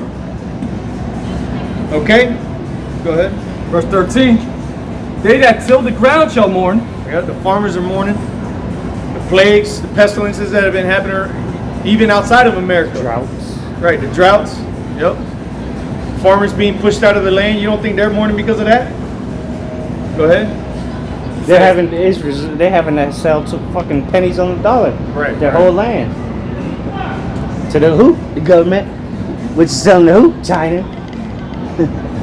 For their seeds shall fail through the blasting and hail, and with fearful consolation. Woe to the world, and them that dwell therein. Woe to the world and them that dwell therein, man. You want to dwell in this world? You want to be a part of this world? Woe be unto you, man. Meaning destruction. Read that again, loud and clear. 2 Ezra 15, verse 14. It's the Bible. Go ahead. Woe to the world, and them that dwell therein. Right. For the sword and their destruction draweth nigh. Yeah, the sword in your destruction is nigh at hand, man. So live it up. Lamentations 4:22, Esau. Go ahead. And one people shall stand up to fight against another. Yep, and we see that one people standing up against another people to fight. We see that happening. It's so close to America, it's happening in Cuba, 90 miles away. The next place it can only go is where? America. The virgin daughter of Babylon. Go ahead. And one people shall stand up to fight against another, and swords in their hands. Right, and we've seen glimpses of that last year with the whole Black Lives Matter protest, which is a bunch of nonsense. verse 15. Verse 16 rather. For there shall be sedition among men. Sedition meaning an uprising against a rulership. The uprising of what? The uprising against what? The government of America. And Biden's already pushing out setting that narrative out there that this is the worst condition America's been in since the Civil War. Why do you think he's saying that? Because that's what he wants because what? You speak things into existence, right? Well, that's what the elites are telling him to do. Just, hey, you're going to speak these things because this was going to happen. You know, they might not tell him it's going to happen or not, but they telling his old decrepit ass to say these things anyway. Yeah, it's a teleprompter. Yeah. They can't even read. They can barely walk. You be seeing squinting. Like, scroll that back. Yeah, you watch some of his interviews, the nigga don't make no sense. When he's on the fly, that nigga talk about random shit, bro. It don't make no sense. Talking about little girls in the front row. Yeah, little girls in the front row, and they'll start talking about cars. Like, what the fuck is this nigga talking about? The President of the United States. This nigga y'all elected? Right. But that's why you see him using these words: civil war, uprising, insurrection, sedition, domestic enemies. They keep using these words because they want to put that in the minds of these people. Yeah. So the people the people that are on the other side of the line, they're like, damn, he's calling us an enemy, and they're gonna want to fight because they're putting it into their psyche subconsciously. Go ahead. Right. Verse 16. For there shall be sedition among men. Yeah, and this is all the plagues that are coming to this place. We started off the lesson talking about what's getting ready to come. Well, this is a part of it, and we've seen it coming. So that goes to show you that we already in the judgment of the Lord, man. That prophecy is coming. It's already happened. It's been happening last week, the week before. Right. We in it. It says, but really since the prophets have been on the scene, man. Yeah. All right. Since the end of the '60s, going into the '70s, then what? You started having the Vietnam protests. You started to have the '80s. You know, the protests and all those things that started to happen. You know, all throughout. Ever since then, there's been a whole lot of chaos happening here in America, man. It's just now it's getting amped up to a whole new level. Now it's global. Now people are starting to see what's happening to America. Contractions are closer. Right, exactly. Breath pains. Pains, yeah. So it says, invading one another. There shall be sedition among men and invading one another.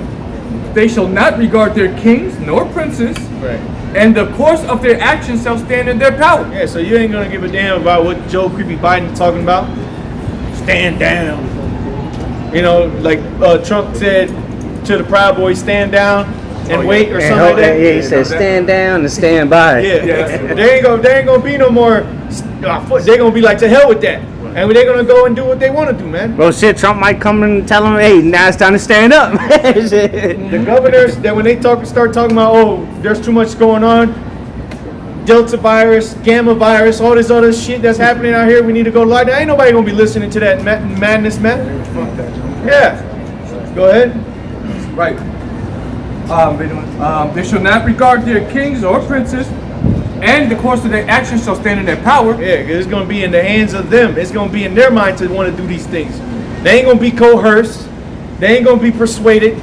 They're going to want to do these things, man. The people are going to want to rebel against the establishment. Okay? Go ahead. It says, verse 17, a man shall desire to go into a city and shall not be able. Yeah, because his lockdowns is going to be at an all-time level, man. You thought it was bad last year. Shit. Watch. That was a trial run. That was a dry run. Yeah. They're militarizing these police for a reason. Mm-hmm. You know, they got all these big tanks now, more so than they ever have. Now they just need a reason to use them. Right. And they're gonna bring military out here as well too. So don't think that it's just gonna be the police. I believe I can't remember. Was it the Department Homeland Security, whatever Department of Security, whatever they call it. They just gave the green light pretty much to bring in UN troops. Yeah. So you know you're gonna see blue helmets with the big old UN on it marching down your streets soon, and they're not gonna come in peace. You know what I'm saying? No, sir. They have direct, strict orders, and they're gonna follow them out. They're not gonna be no. They're not gonna have no connection to any of you Americans. You know they're gonna feel bad about that happens to you. It says, a man shall desire to go into a city and shall not be able. For because of the For because of their pride, the city shall be troubled, the houses shall be destroyed, and men shall be afraid. Their houses shall be destroyed, man. Exhibit A. Houses destroyed right behind us. And it's like if something were to happen, something else, say something national were to happen within the next week, this whole place could get completely ransacked. Ain't nobody living in that shit. Right. Who's gonna stop it? And then if the shit goes, who's gonna stop them? Police? Yeah, the security guard. They getting paid $8.50 an hour. He ain't gonna stop you shit. They're probably not even working right now. Well, they are there, but the security, yeah, they're at the doors. That's what I'm saying. That's the only line of defense. Right. That's it. Big old a mob come in there. This nigga gonna drop the badge and go home. Face mask on. Or join them. He might just join them. They got Shit. battering rams. They're gonna knock down every single door, take whatever's in there, and dip. You know that, and we see it. We've been telling you it's gonna happen, and that it's being set up Look for what's that happening. exact scenario. Look what's happening in South Africa. Yeah. Oh shit. You go down the street, it just all the stores are pillaged. No store was safe. Yeah. Right. It says because of their pride, the city shall be troubled, the houses shall be destroyed, and men shall be afraid. Yeah, man shall be afraid, man. You know?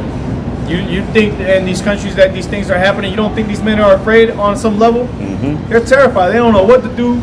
They don't know how they're going to be able to feed their family if they got any, their children, their women. They don't even know if they can protect themselves from these troops that are over there blasting people away, man. And that's how you know it hadn't got that real yet. Yeah. Because niggas are invading stores together. Right. There's gonna be a point where you gotta kill the motherfucker next to you to eat. Right. Not join in on him to bust into the store. It's gonna be a point where you see the nigga, he gonna go for the same thing you want. Start stabbing. Food. Start stabbing. Anybody around, start Exactly. stabbing. Yeah, well, take a look at Black Fridays, man. Yep. That's a good example of what happens when there's the last Xbox. Imagine when it's the last can of beans. Yep. And you got Spider-Man and Spider-Man standing there looking at each other like, hey, Yeah. man, that's my can. And we'll put it like this: that you can't eat an Xbox, you know. Yeah, you know. Exactly. Hey, I was gonna say in that movie War of the Worlds, I think it was with Tom Cruise.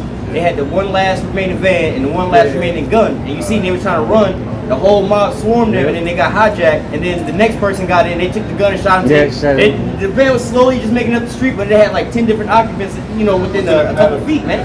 It's over those scarce resources, man. And realistically, a nigga with a van gonna plow through them motherfuckers. Shit. Hey, just wait till the hunger hits. And ain't nobody gonna stop for you in the middle of the street. Right. Hey, well, they already showed you that these people will run people over just out of frustration with the protest. Charlotte. Yeah, Charlotte. Imagine when these people are threatening your life. Yeah, exactly. They want what to you the got. floor, Yeah, man. exactly. Now let me get to the next verse. And then you got yours. It says verse 19. Second another thing. You're supposed to. God, go Second ahead. 15, verse 19. Charles Emelet. A man shall have no pity upon his neighbor, but shall destroy their houses with the sword and spoil their goods. No pity upon your neighbor, man. You ain't gonna give a damn about Bob across the hallway, man. You ain't gonna give a damn about Jeffrey next door. What you gonna give a damn is if I know he got some food over there because I seen his punk ass come back from Sam's a couple weeks ago with a shit ton of Yeah, food. nigga had boxes. Yeah. Shit. You're gonna be like, just wait in the bushes, and you just, once you see him open his door, just go get him. Right, looking like looking through the blinds and shit. Oh, yo, he's coming, he's coming. This you go in there and get the bread. It says, no pity upon his neighbor, but shall destroy their houses with the sword and spoil their goods. Yeah, so it said invading one another, so they ain't gonna wait for you to come out. They just gonna bust in there, and if you ain't got no gun, you gonna die. Right. If you ain't got anything to defend yourself, most likely you gonna die. Your wife's gonna get raped. Your kids are gonna die. Your food's gonna get eaten. The only way to stop that is if you with the Most High, man. They're just gonna take your house, Yeah. bro. You know, they're gonna take your house. That's their house now. Yep. You know, if there's one of you and three of them, what you gonna do about it? If there's Exactly. two of you and your wife, and there's like five of them, what you gonna do? Yeah, you can have 82 guns, but you can only shoot one at a time. One at a So time. shit. Two if you're skilled. Yep. You know. Yeah, like Rambo. Yeah, that's Rambo Hollywood shit. You're not try finna that shoot shit. no two guns at once. Maybe two pistols, but that's about it, man. In the heat of war. Yeah. Yeah, exactly. When you trying to hit somebody, you grab two machine guns. That's too much Rambo. Shooting up the wall like Yeah, some hockey players. It says, Them guys are gonna get killed. Yeah. Dudes that think they just gonna gun ho everybody. Yeah. Nah, man, you ain't strong arming nobody but yourself, man. You gotta reload eventually. With two Right. guns, how the fuck you gonna reload two guns? Okay? I wish somebody come in my house. Yeah, I wish Okay, the whole neighborhood's coming in your house. How about that? That's why the police could be easily stopped if everybody was just a mob, because you can only shoot so many people at once. And we're just saying, we're not. Yeah. We just telling you what's gonna happen. Yeah, we're not saying we're gonna do it. We're gonna be watching you do it. Shit. We just prophesying what's gonna happen. Yeah. Exactly. Yeah. Oh, there they go. Open the guns out. Open the Yo, second, let's speak outside. Look, second, let's speak outside. It says, but they shall destroy their houses with the sword and spoil their goods because of the lack of bread and great tribulation. Great tribulation. And not only is there going to be famines, but there's going to be tribulation happening out here. You're going to be seeing women running down the street, help me. Get stopped right on the block. Another dude pop out with a little shank. Gotcha, bitch. And now them two dudes are banging around. You're in your apartment high-rise looking down like, oh shit. And now you're like, honey, we got to do something. We got to board up the front door. And the next thing you hear is BOM! Down your hallway. Somebody's door just got popped in, and now they getting killed. They get shot with a nail gun or some shit. Yep. Look at the movie The Purge. Perfect example. Which I want to see that new one. I ain't had a chance to see it. It's an hour and 44 minutes too. Is the next one out? Yeah, the new one. Yeah. Forever. Yeah, exactly. There you go, my bad. So Isaiah 13 and verse 15, right to the point. Isaiah 13 and verse 15. Everyone that is found shall be thrust through, and everyone that is joined unto them shall fall by the sword. Their children also shall be dashed to pieces before their eyes. It's talking about straight end time prophecy. We're talking about the time of no laws where everything Jacob's trouble. Everybody out here trying to get food, trying to get bread, trying to do as much crime as they can before they get a bullet put in their head. You're gonna have people out here just committing crime for the sake of it. Read that part. It says, their houses shall be spoiled and their wives ravished. Yeah, man, they're gonna come inside and rape your wife, bro. They're gonna take all your goods. We telling you, that's what it says in the Bible. We just read it in 2 Ezra 15. Brothers reading it here in Isaiah. So there's gonna be a time on the earth where none of your belongings is gonna be safe. And especially if you don't have the Spirit of the Lord on you, say you believe in God and Jesus and all that, but you ain't done nothing for the Lord, that's what's gonna end up happening to you. That's gonna be your story. That's how you're gonna go out. You're gonna go out by a derelict, we call a K2 smoking demon that wants your daughter or some shit, and you're just gonna happen to die. And you might see it happen, you may not. You might get put to death first, and then your whole family gets put to death. That's how ill the Lord is, man. We just read earlier in the book of Hebrews about it's a fearful thing. And who's gonna fall into the hands of the living power? All you people out here that don't believe. Okay? Go ahead. There's more than that. Back into this. 2 Ezra 15, verse 20. Behold, saith the Lord, Yahweh, I will call together all the kings of the earth to reverence me, which are from the rising of the sun, from the south, from the east, and liveliness, to turn themselves against each other, again, one against another, rather, and repay the things that they have done to them. See, so the Lord's going to turn y'all against each other, man. Okay? And a part of those kings is a part of that beast. Okay? Those 10 heads. That were kings but had no power, or were given power 1 hour with the beast. They're turning on each other right now. You got, I think it's France, or one of those EU nations, complaining about the actual commission of the EU. That they've been doing some, I forget exactly how it was worded, but they coming up against the EU, man. You know, certain nations coming up against them, talking about that they doing crimes against humanity or something like that. Pertaining to what's happening over there in France with the protests and all that stuff. 2 years with that shit, man. Some shit. Right. Yeah, because them niggas in France, Paris, they're protesting about anti-jabs and the digital passports right now. Yeah, but they have been having problems with the refugees for years now. Right. The Syrian refugees out there. Yeah, the point is the big divide. Yep. Reading on,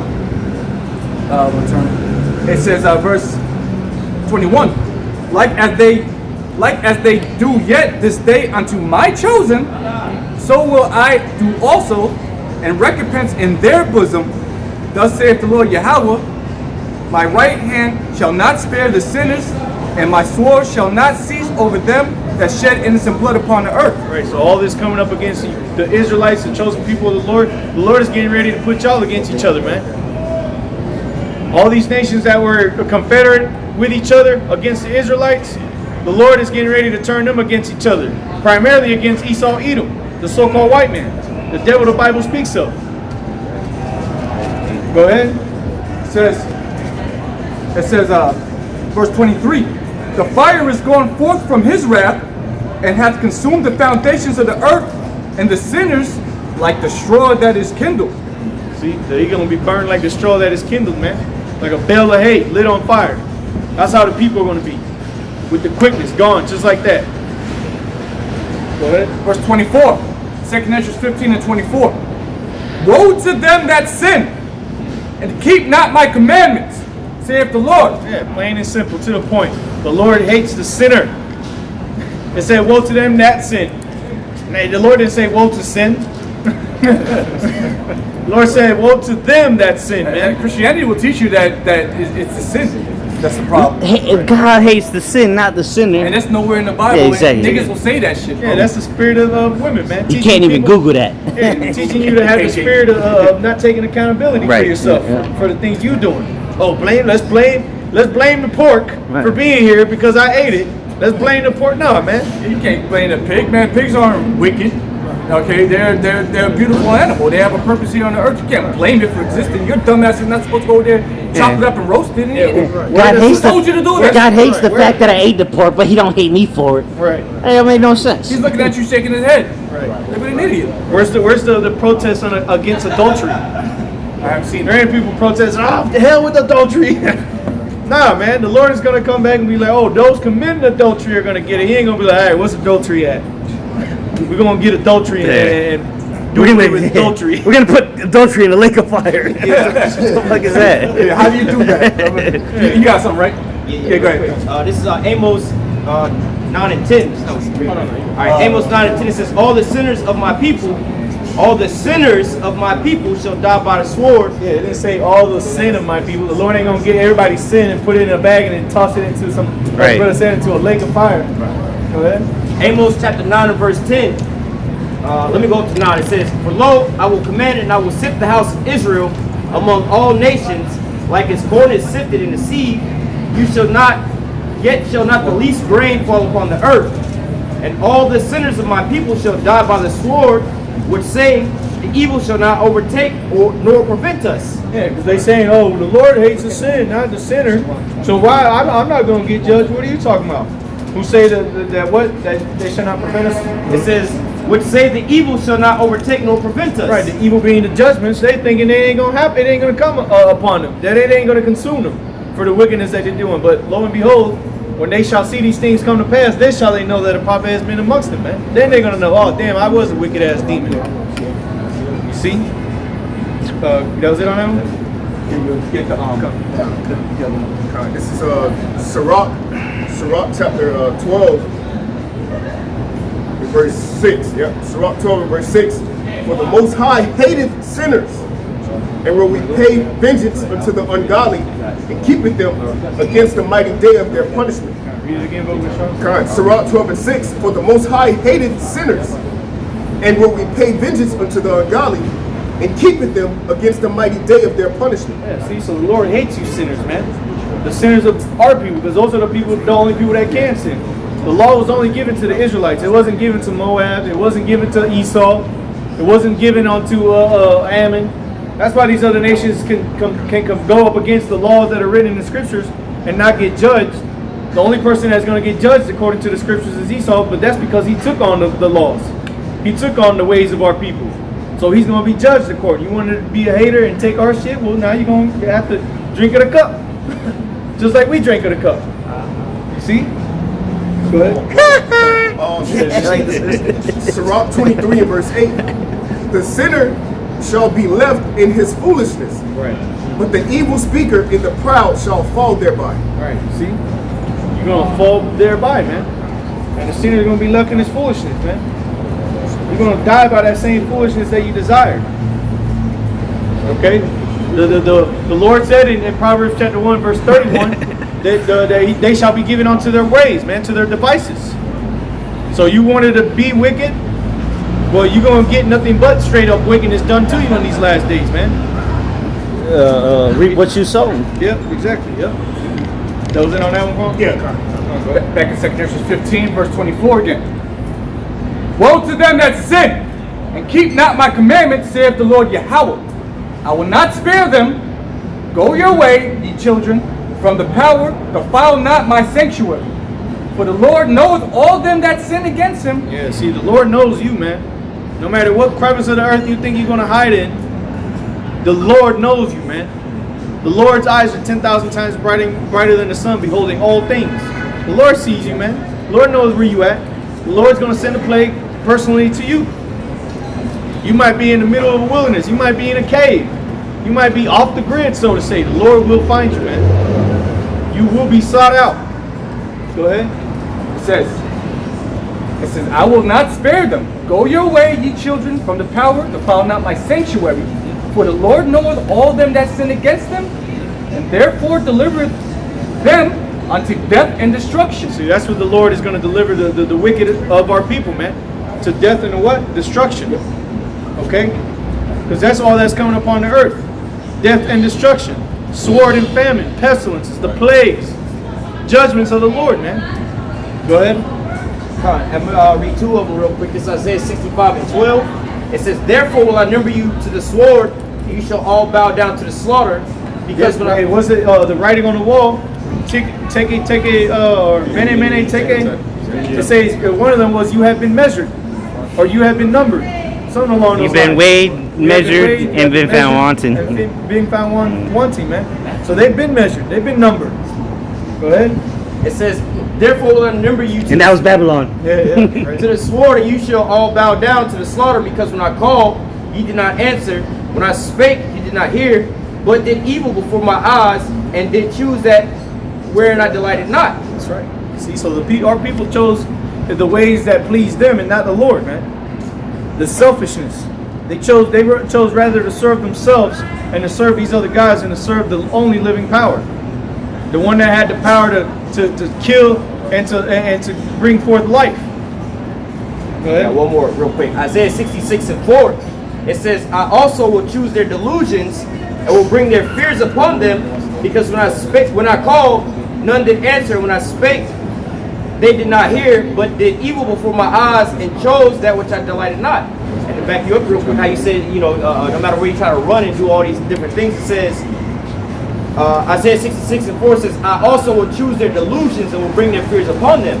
So hey, you can be right wherever you want to be. You think you hide from the Lord, but like in the olden days, man, you get those apparitions. You have, the Lord just played you in your mind, man. Make you go jump off the damn building, man. Make you carve out your own. And you got people like that be on drugs. Like there's an old rapper that carved his eye out. I forgot his name was like Houston. Another dude was on drugs and cut his own rod off, man. All right, so you got to think about them heavy spirits that the Lord put on these people to do these types of things. And before, when they sober up or whatever, they're like, damn, what the hell just happened, man? But hey, that's the Lord put that demon on you, man. So no matter where you go, you done. Esau calls it, got a term for his hallucinations. It's really demons. It's plaguing you, Right. Go ahead. Back in 2 Genesis 15, verse 27. For now are the plagues come upon the whole earth, and ye shall remain in them. See, you ain't gonna escape the things that are coming up on the earth, man. You escape the bear to meet, or you escape the lion to meet the bear. You escape the bear to meet the snake that bites your hand. Go ahead. For God, or the Heavenly Father, shall not deliver you, because ye have sinned against him. Yeah, the Lord said in Judges, go cry unto your gods and see if they shall deliver you in the day of thy trouble, man. Go ahead. It says, behold, an horrible vision, and an appearance thereof from the east, where the nations of the dragons of Arabia shall come out with many chariots, and the multitude of them shall be carried as the wind upon the earth, that all they which hear them may fear and tremble. Right, let's talk going into the over there in the Middle East, man, and Iran. Go ahead, it's gonna mention it. because they literally call it the Arabian Desert, Right. which is who Ishmael. Verse 30. Also the Carmenians. Yep. And you go into the word Carmenians, all right? You easy Google and it's going to tell you the inhabitants of Persia, which were the Elamites. It even tell you Elam. So who's that talking about? Iran. Okay, those were the Persians. Before it was called Iran, before 1930, I think 31, it was called Persia. They still call themselves Yeah, it's Persians. the Persians, yeah. You meet an Iranian person, they're not gonna say I'm Iranian. That's a fucking American term. They're gonna say I'm Persian. Because I've met people from, back in the world, I met people from Iran. They didn't tell me they're Iranese or whatever the fuck. They say, yeah, I'm Persian. I was like, what the fuck this nigga telling me Persia? I look on the map, I'm like, where the fuck is Persia? They got the Persian Gulf, and Exactly, always at the place like, oh, I got this Persian rug. But if you wake them up like, yo, you got them Iranian rugs, we don't fuck with them Middle Eastern folks. Fuck yeah. But you got the Persian rug in your house, right? Yeah, go ahead. See, the Lord, this is that horrible vision that the Lord is rising up over there, man. Yeah, it is. Go Stirring ahead. it up. He's stirring them up, yeah, like the brother said. Go ahead. Also the Carmanians, raging in wrath, shall go forth as the wild boars of the wood, Right. and the great power shall they come. Right, so if you go to see a wild boar in the wood. 'Cause here in Florida we got wild boars. When you go to the woods, what happens when you see a wild boar in the woods, bro? Yep. They're trying to take you, trying to attack you, bro. So that's what's gonna happen, man. And it said they're coming with great power. That great power is Russia. Yep. That The power guard. is behind them. Yep. The guard that's onto them, man. Go ahead. Con. It says, verse 31. I'm sorry, verse 30 still. It says, power and they shall come, and let me start from the top. Also the Carmanians, raging in wrath, shall go forth as wild boars of the wood, and with great power shall they come and join battle with them, and shall Join battle with who? With the Arabians, man. Yeah. Talking about them Ishmaelites. That's why this is why the Lord is over there in the valley of Jehoshaphat. Right. Which is what the people say, Israel or Jerusalem is the most fought over land in history. Why do you think that? Now you got the Carmenians, Iran was right there next to Israel, and you got Ishmael in Palestine. Right. So who's the one fucking the people up in Palestine? Right. Israel. It's Esau. So if they're gonna join together, well, shit. If Iran want to kill these motherfuckers, shit, we gonna join with them because we want these motherfuckers dead too. and this is what it says, and shall waste a portion of the land of the Syrians, Yep. Go ahead. and then shall the dragons have the upper hand, remembering their nature. Yeah, the dragons of Arabia, and it says remembering their natures because what? Ishmael's a wild man. It's a wild man. Going back to the book of Genesis. And then what does the scripture say in Genesis 2? It says that his neighbor, every man shall have their hand upon him. Which this is what's been going on. Everybody hates Arabs. Right, You no matter what country you go to, You're you a look like terrorist. Arab, you're a terrorist, yeah. Or Muslims, which is predominantly Ishmaelite custom, And then shall the dragons have the upper hand, remembering their nature, and if they shall turn themselves, conspiring together in great power to persecute them, then these shall be troubled and keep silence through their power, and shall flee. And from the land of the Assyrians shall the enemy besiege them, and consume some of them, and in their host shall be fear and dread and strife among their kings. And that's what you have going on over there in the Middle East, man. Okay? That's pretty much it. You can stop there. The next brother can come up. The Lord's with us is edifying. So So we continue on through the Spirit. Got the Ezra 28. All right, this is 2nd Ezra chapter 3. We'll start at verse 28. It says, are there deeds? Yeah. It says 2nd Ezra 3 and 28. It says, are there deeds than any better than the inhabitant Babylon, that they should therefore have dominion over Zion? Yep. So it said, read again. 2nd Ezra 3 and 28. Are there deeds then any better than inhabit Babylon, that they should therefore have dominion over Zion? Yep. So this is Ezra's crying out, pretty much inquiring to the Lord. Pretty much he's seeing what's happening around the world, like going to righteous lot, pretty much prime examples of what happens when the elect men are caught up in a wicked situation, wicked world. They start crying out to the Lord. They're trying to figure out what's going on, and Ezra's over asking the Lord questions. Are there deeds better in Babylon than they of Zion? So here in modern day Babylon, being so-called America, you see people around the world, they're prospering.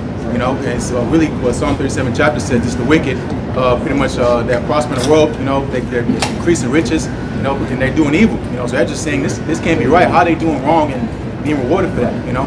So that's pretty much asking the question. So get Amos 3 and start from the top. So you got it? Yeah, I was already on that in Amos 3 and 1. Yep. All right, Amos chapter 3, verse 1. Hear this word that Yahweh has spoken against you, O children of Israel, against the whole family, which I brought up from the land of Egypt, Yep. saying. And that's specific. That goes into the Israelites. You know, the whole family brought out of Egypt is these PPC on this chart. You know, it's talking to this family. You know. Go ahead. And, you know, a lot of people will like to say, oh, we're all spiritual Israelites and everything, but hey, right here is a clear divide. Exactly. It's brought up out of the land of Egypt, man. How many of those Egyptians got to convert to being Israelite? Verse 2, it says, Right, some of them went with Israel, but what happened? They ended up dying. Some of them got stoned for disrespecting the Lord's name. Shit. Going to show you that they couldn't just join in on Israel, you know. Yeah. There's a difference. and you know, for other nations that wasn't even of Egypt or Israel, like, you know, Ham or Ham Moab or wasn't something like that, you know what I'm saying? Moab wasn't even in the picture, man. All right, so he says, read it again, Amos 3:1. Hear this word that Yahweh has spoken against you, O children of Israel, against the whole family which I brought up from the land of Egypt, saying, you only have I known of all the families of the earth, therefore will I punish you for all your iniquity. So that's goes their answer. That's why we're in the condition that we're in, because we sinned against the Lord. So they're just crying, are their deeds in Babylon better than they of Zion? Well, how are they ruling over us? Pretty much what he asks. You know, it's because we sinned against the Lord. That's how it goes. If we sin against the Lord's raised up a nation to come up against us, and we go into captivity. So Ezra's prophesying in the time of ancient Babylon. Now we're in modern day Babylon, in so-called America. Go back to that. Second Ezra. Yep. Wait. Get Baruch 4. Yeah. Well, start at verse 5.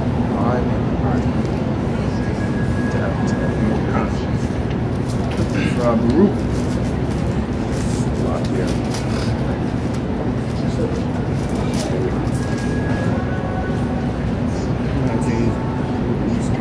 Got it.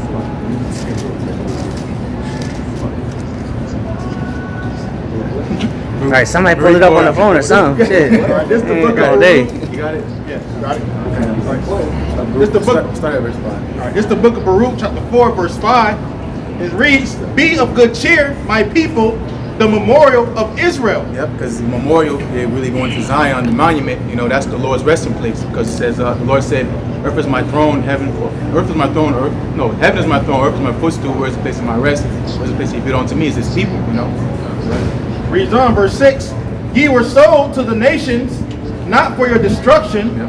but because ye moved the Most High to wrath." Yep, so that means, hey, again, he said be of good cheer for that, because that means ultimately we're going to get out of here. You know, we're not here for destruction, we're here to be saved. You know, we were being punished for our iniquity. You want to get that, I think it was earlier in Ezra's, the affliction of Zion, or I think it's accomplished. So that's Lamentations. Get Lamentations 4, yeah. Lamentations. And we're going into the point you're talking about being sold for that reproach. It's like being at a job and doing something bad at a job. Instead of getting fired, they put you on suspension. Yeah, no. You know, you should be thankful for the suspension. probation. Yeah, you should be thankful for that. Then they just fire you. You know, you might be at home like, damn, I can't go to work. Oh, well, hey, at least you're gonna be able to go back to work. You didn't just straight fire you. You know, let you go completely. It's like paid with no leave. Yeah. You still got the job, but Right. shit, you just gotta take the punishment. Yeah. Yeah. Hey, I got some real quick. Just reading Lamentations 4, verse 11. Lamentations 4 and 11. Yahweh Bashem Yahushai have accomplished his fury. He have poured out his fierce anger and have kindled a fire in Zion, and it have devoured the foundations thereof. Yep. So that's why the condition we're in, we have no continuing city. You know, we have nowhere to call home. You know, we're been scattered. You know, but the four corners of the earth corner privacy because we made the Lord mad. You know, so that wrath the Lord had is pretty much we're coming up to the end of that, being Jacob's trouble. You know, and then ultimately that goes into us being delivered out of our situation into the kingdom of heaven. You know. Yeah, it's Lamentations 4 and verse 22. Jumping down a little bit, it says, "The punishment of thine iniquity is accomplished.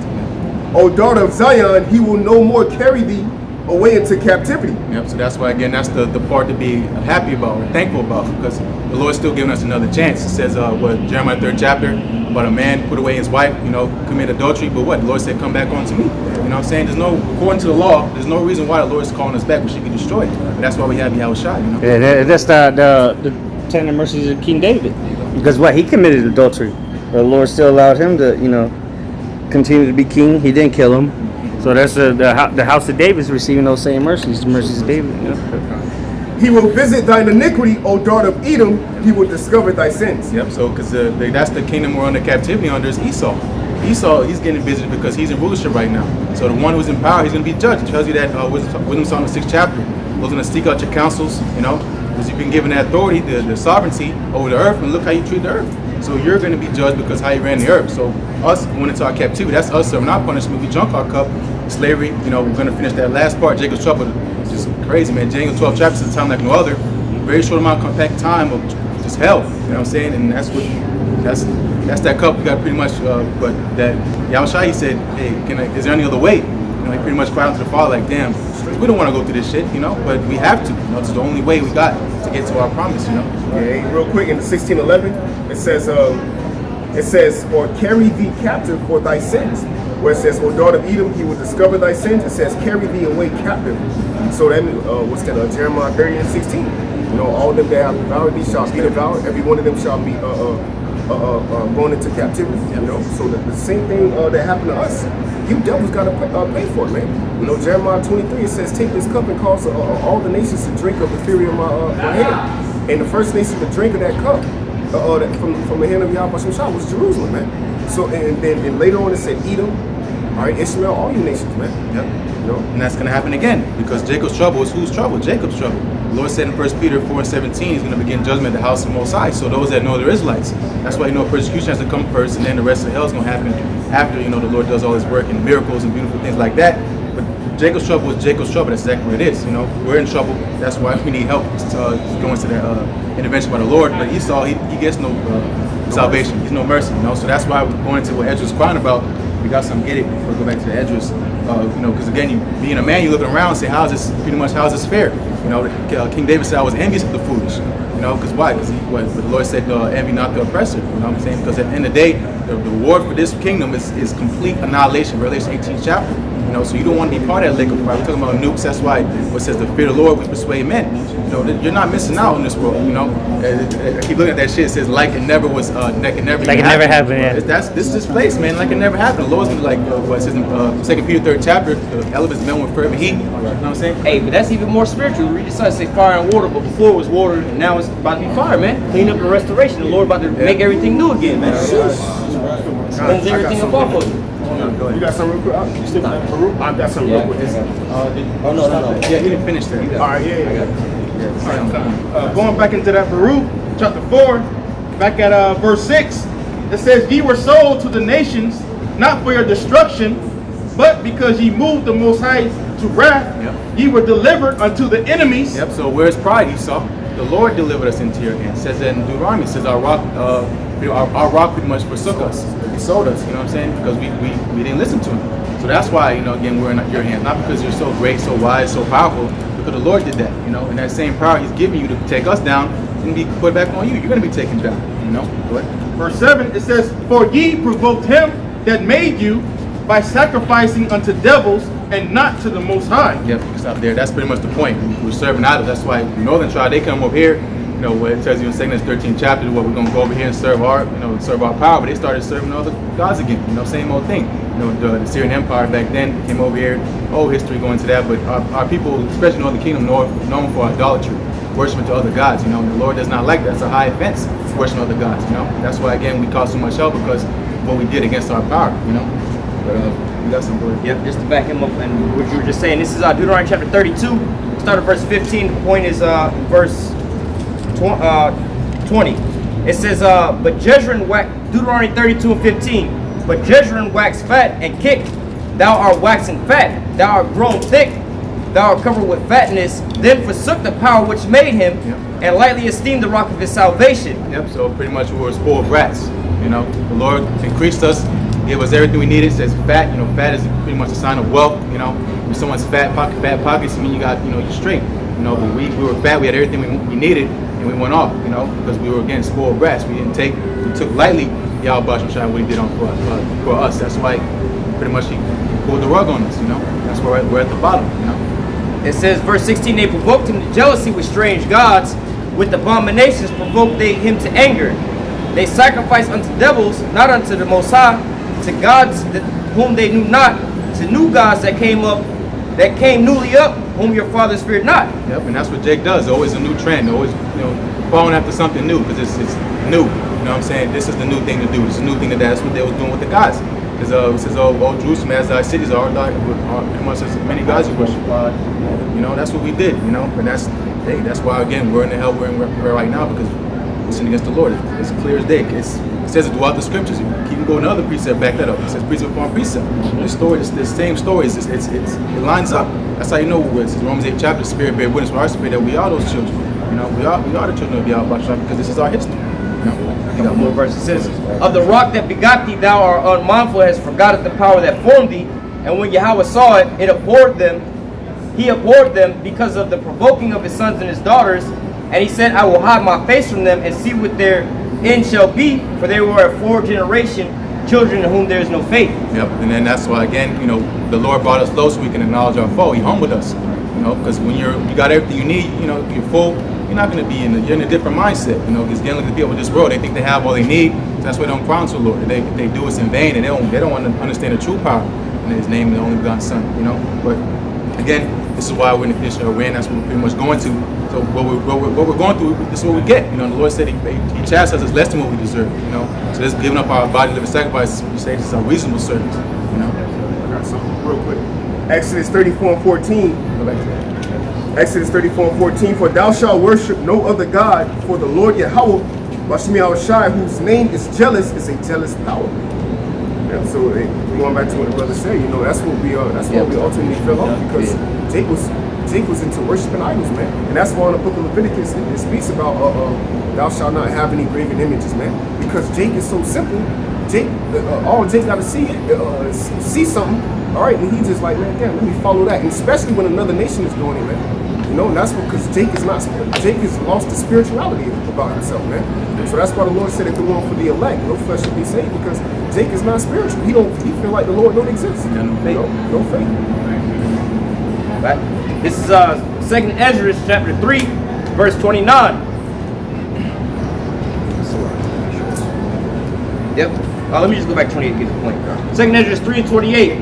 Are their deeds then any better than the inhabitant that inhabit Babylon, that they should therefore have dominion over Zion?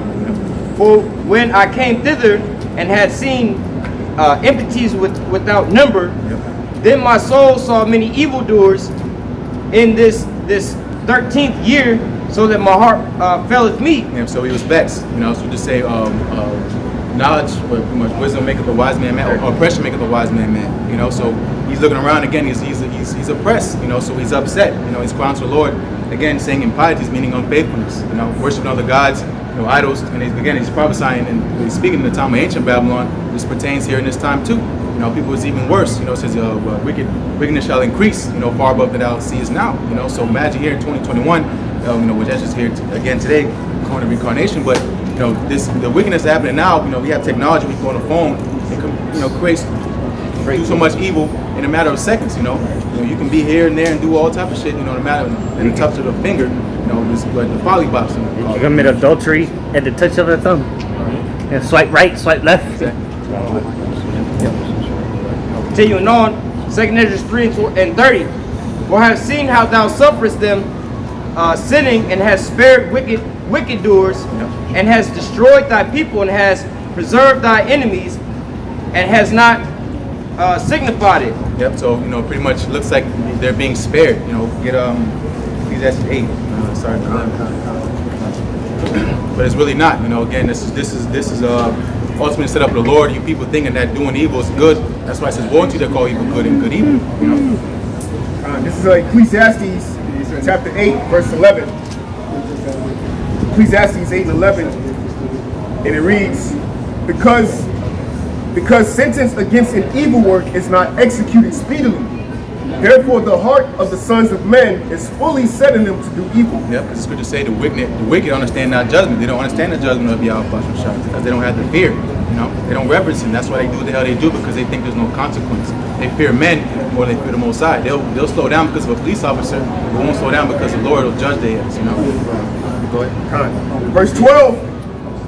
Though a sinner do evil 100 times, and his days be prolonged, yet surely I know that it shall be well with them that fear the Most High. Yeah. So the righteous always get the last laugh. You know, the wicked always get the first laugh, but the one who laughs best is the ones who last laugh. Last. You know, that's how the saying goes. You know, so we're gonna get the last laugh. We're going into our brothers going hot about this damn building. You know, we got the last laugh, and it's just the beginning. You know, you might be able to go back in there, live again, get back your life a little bit, but we know there's a time and place where you're going to be judged. All this is going to be completely done away with, and that's when we're really going to be satisfied. Right now, we're talking about the live with us yesterday and Brother Kwame. This is just an appetizer. You know, pretty much like we were saying, it's a demo. You know, you see shit going around. Jacob's trouble with demos. You know, the real things are going to play out real soon. You know, no DLC pack. Yeah, hey, that's the spirit, because you know a lot of you jakes think life is a game. You know, so like the brother said, it's a demo of reality, man. You think life is a game? Well, guess what? When the time comes, guess what? The Lord is getting ready to jack your ass up, man, because you think it's a game. And that's why backing the brother up in the Psalms it says, "What he that sitteth in the heavens shall laugh." Man, the Lord is going to get the ultimate last laugh, man, because what the scripture say, the terrors. All right, the Lord is the king of terrors in the book of Job, the 18th chapter, man. You know, so the Lord is going to terrify you niggas, man. You think life is a game? You think he a game? So when that time of trouble come upon you because it's not executed speedily, when you get judged, hey, bro, don't look for no mercy, man. You didn't take the Lord serious, you're not going to take you fucking niggas serious, man. You got it, go back. Come. Ecclesiastes. That's why the Lord says, there shall be many that say, Lord, Lord, have I not prophesied in thy name? There you got people who calling themselves believing in the Lord, but they ain't in this thing seriously, man. Their mind ain't seriously set on serving the Most High, man. So when that time comes, the Most High ain't gonna take your prayer serious. You know? It's gonna fall on vanity, man. Yep, that is, man. And like the brother said, to back the brother up too, because a lot, even Jakes that know the truth, man. A lot of you Jakes sold out, man. Here it is, you calling on the name of the Heavenly Father who's going to be begotten Son, but you took a fucking deal, man. You're not taking the Lord serious, man. Okay, and even if you do have the truth and you don't know the name, you still not even, you know who the elders and apostles of Great Millstone are, but you're not taking the Lord serious, man. So once again, once reality hit, because the sentence of the evil work is not executed speedily, once that time of judgment comes, you niggas is going to be done out here, man. See, many shall say, Lord, Lord, in that day, man. Ecclesiastes chapter 8, verse 13. But it shall not be well with the wicked, neither shall he prolong his days, which are as a shadow, because he fears not before the Most High. Yep. So again, we know the script. We know it no matter what, because we were talking earlier about sinners. You know, those that commit sin, the Lord hates those type of people. The ones that be thrown in that fire, they're not covered by the blood of Yahushua. You know, so adulterers, all you liars, thieves. You know, all you can be thrown in that lake that burns with fire, because the Lord hates you. That's hate. The Lord does not love you. You know, so you're crying out to Him. He don't care about you because you didn't care about Him. You know, so again, it's not going to end well with the wicked. We know that for a fact, and we can see that playing out as we speak right now. You know, and it's only going to get worse for you people. I got one real quick. Go ahead. Job, real quick. Job 20 and verse 28. Job 20 and 28. The increase of his house shall depart, and his good shall flow away in the day of his wrath. So all the riches, everything that is brought, that is built high, the scriptures say they shall build, but the Lord is going to break it down, man. In the day of the Lord's wrath, this place is going to be destroyed, man. That's why the scriptures say in Revelation 18, come out of her, man, and be not partakers of her destruction and sins. You know? I just want to bring it out for you. This is the book of Isaiah, chapter 26, verse 10. Let favor be shown to the wicked, yet will he not learn righteousness? Yep, so favor is being shown unto the wicked, but he's not going to learn righteousness. So what is our righteousness counted as? Well, faith is counted as our righteousness towards the Lord, but these people have no works toward the Lord. They have no faith to the Lord, they have no works, no nothing. So what's going to happen when the Lord returns? They have nothing to say. They're going to be confounded. They're going to be ashamed. And they're going to have to bow down to that spot because they didn't put nothing. They're poor towards the Most High. They might be rich in this world. They might be wealthy in this world, well off in this world. We know this world's getting ready to end, you know. No credit to the Lord, you know. No insurance, no nothing, you know. With Yahweh Shah, you're going to be at a total loss when this destruction starts coming, you know. Reads on, it says, in the land of uprightness will he deal unjustly. Yep, and that's those imposters in our land. You know, the land of uprightness is supposed to be Israel. The people make up the land. That's why the place over there is fucked up, because they're the imposters. They can't uphold the righteousness of Yahweh Shah, you know. This is what is Psalm 50 chapter, what they'll do to declare my statutes. You know, since thou takest thy covenant in thy mouth, but thou hatest instruction. The devil does everything he's not supposed to do, and that shows you who he is. You know, it says read in school about context clues. You know, read between the lines. It's Esau, the so-called white man. That's the devil the Bible speaks of.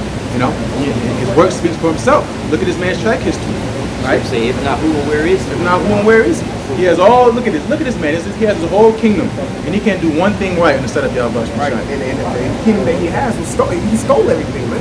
He stole everything. He lied. Scripture say the thief come not, but to steal, kill, and destroy. He destroyed the images of Yahweh Shemel Shai. He put up himself as God, the angels, the children of Israel. All right, he's stolen our nationality. He claims to be us, man. Stole our identity. All right, and he's a thief. Overall, this man overall is a thief, man. You know. Unless you got more. That's cool. That's it. All right. Yeah, that's why Ecclesiastes we brought out the spirit. Ecclesiastes 8th chapter, because that sentence is not executed speedily. You know, this man is just building up that tab. That's why Revelation 18th chapter says the sins of this place that reach up onto the heavens, and it's still stacking up. The Lord has not completely judged this place like He intended to, because it's getting ready to happen. You know, we're patiently waiting for that. This is going back to 2nd Ezra chapter 3 and verse 31.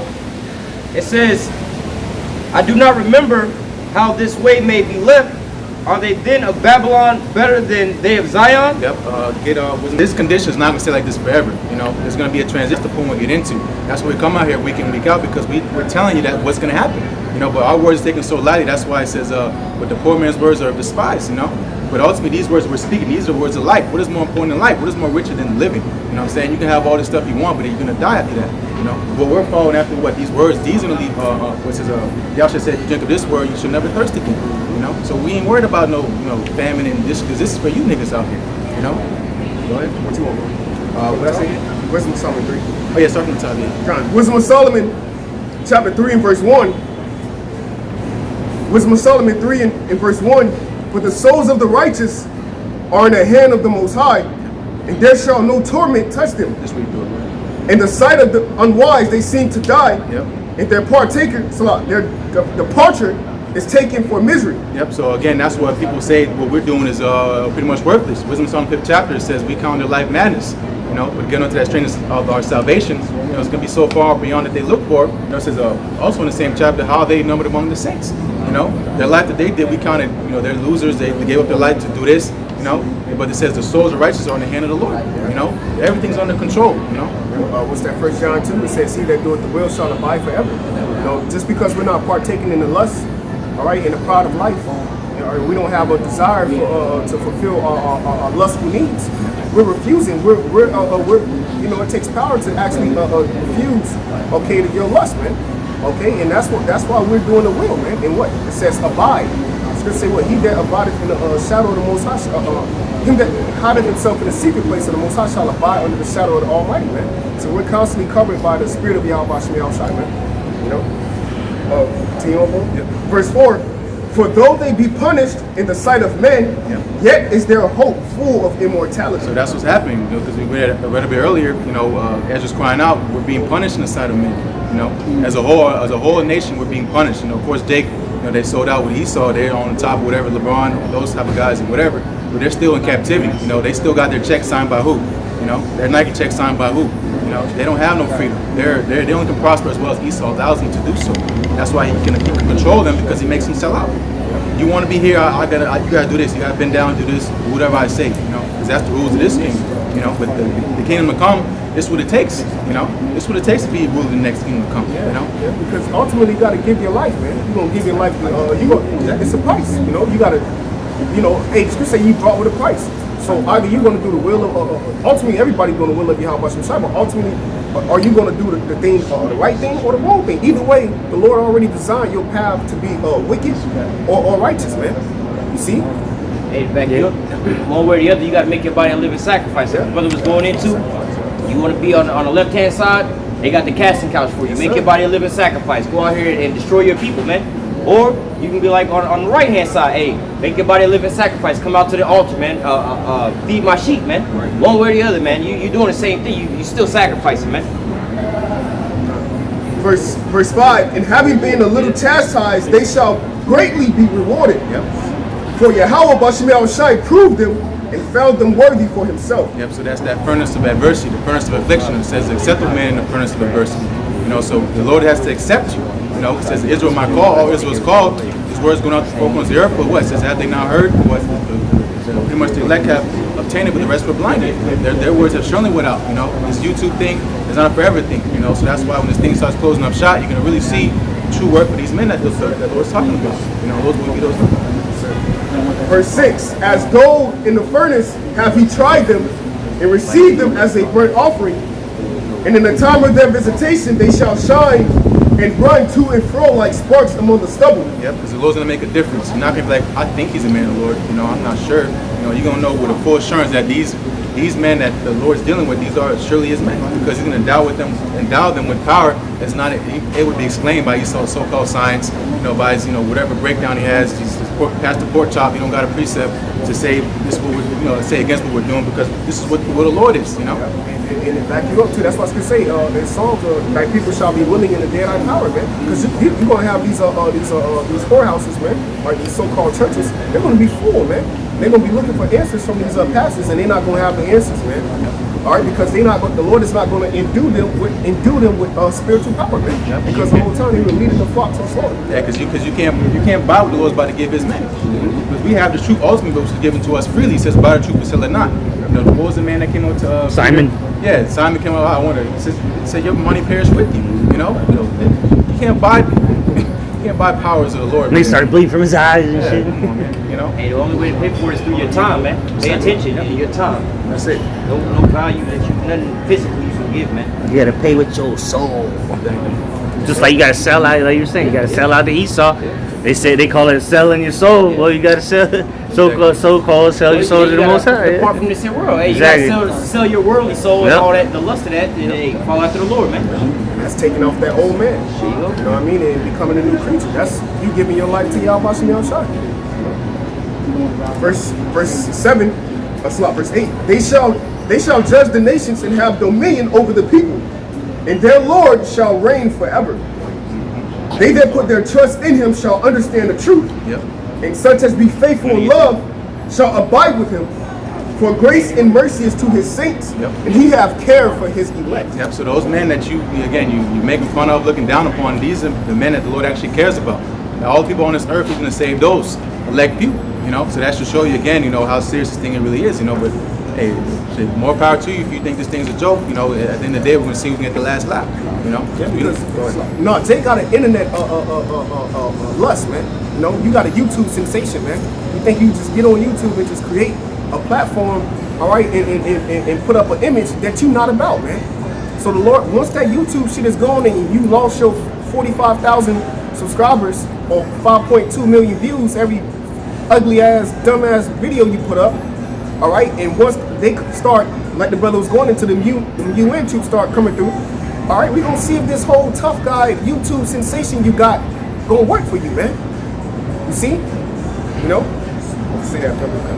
Verse 10, but the ungodly shall be punished according to their own imaginations, which have neglected the righteous and forsaken the Lord. Yeah, you can stop there. So that's why, again, we know they're going to be destroyed. You know, when we see them flying by 200 miles an hour, watching on YouTube certain, you know, nice houses, cool cars, people living it up, we know at the end of the day, if they're not serving the Lord, they're going to be destroyed. You know, there's a ticking time bomb over their head, and they don't know they're going to be destroyed. After the Lord tells us not to envy these people, man. Exactly. This, you know, it looks good and all on the outside, but honestly, it's not worth giving up your life to try to get on their level when you're on a higher level. Spiritually, you know all this knowledge, wisdom, and understanding. You're on a way higher level than just wanting all the nice shit in this world, because it's all going to be destroyed. Exactly. Yep. Go back to that. Second Peter 3. Going back to 2nd Ezra chapter 3, in verse, let me go back to 31. It says, I do not remember how this way may be left. Are they then of Babylon better than they of Zion? Yep. Or is there any other people that knoweth thee besides Israel? Yep. Or what generation have so believed by covenants as Jacob? Yep. So that's why what the Lord said, put me in remembrance. You know, remind the Lord. You know, there's no other people upon the planet Earth that's called by thy name. You know, besides Israel. You know, you so-called Negroes, Latinos, and they're Americans. Edris Klein, is there any other people that's yours besides us? You know, obviously it's no. Because we look around the world, we see Moab. What is Moab doing? He's not serving the Lord. You know, as a whole. You know, especially not Esau. You know, all other nations they're not. You know, the only people we see out here on the highways and byways is us. Small remnant of us. Exactly. A small group of people. You know, and it's about the spirit that's within these people. You know, not all Israel is Israel. You know. And just going into the precept we brought out earlier in Amos, the whole family of Israel that he brought up out of the land of Egypt. All right, and made that covenant with them, man. All right, gave them the law, statutes, commandments. He didn't give that to all the other nations, as we read in Amos 3, man. All right. But continuing on, verse 33. All right, 2 Ezra 3 and 33, it says, and yet their reward appeareth not. Yep, and their reward appeareth not. You know, our reward get that. 1 John 3, does not yet appear, it's not manifest yet. Because again, things have to play out on the privacy. It's gonna come, but we have to wait. That's the whole waiting game. That's the suffering. Here's the faith and the patience for the saints. So our reward does not appear yet. These men giving their lives unto our elders and apostles on down 30 plus years of their whole life to this thing of ours, and their reward does not show yet. They don't have nothing to show like this is what I did, my whole 30 years or however long we've been in the truth.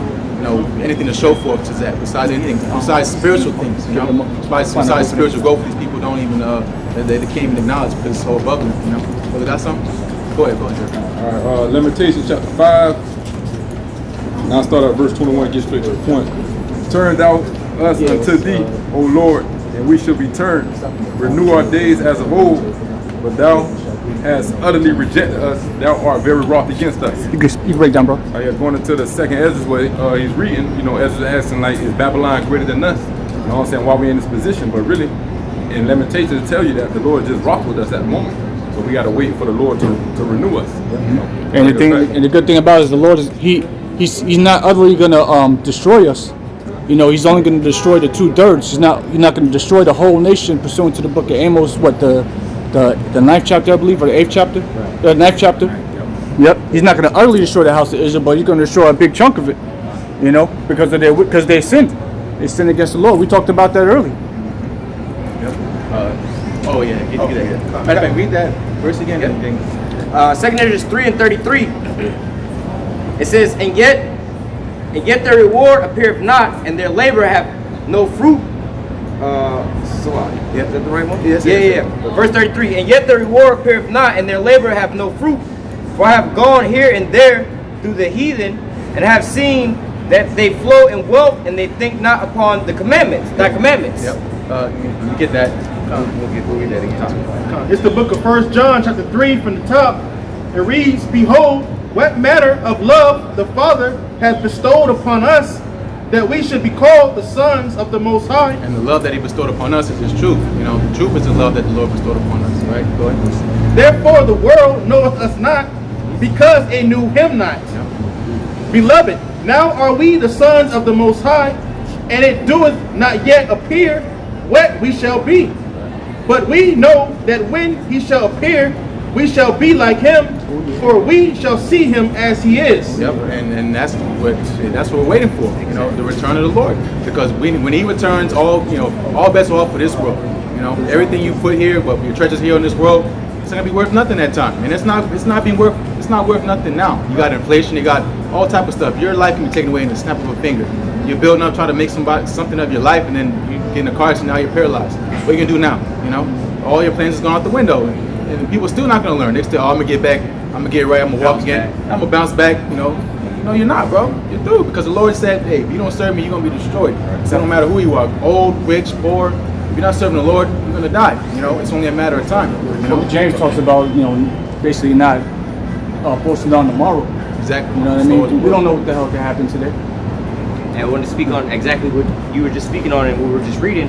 Hey, because a lot of these people, it says, let me read this verse real quick. 2 Ezra 3 and 33. And yet their reward appeareth not, and their labor have no fruit. All right, because a lot of people say to us, hey, go and live your life, man. What you didn't give your whole life? Y'all ain't even living out here, right? It says, for I have gone here and there through the heathen, and have seen that they flow in wealth, and think not upon thy commandments.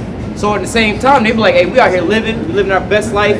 But like the Akim said, in this time, all these things can be taken away from you. Just like these people over here bragging and boasting about that high-rise building.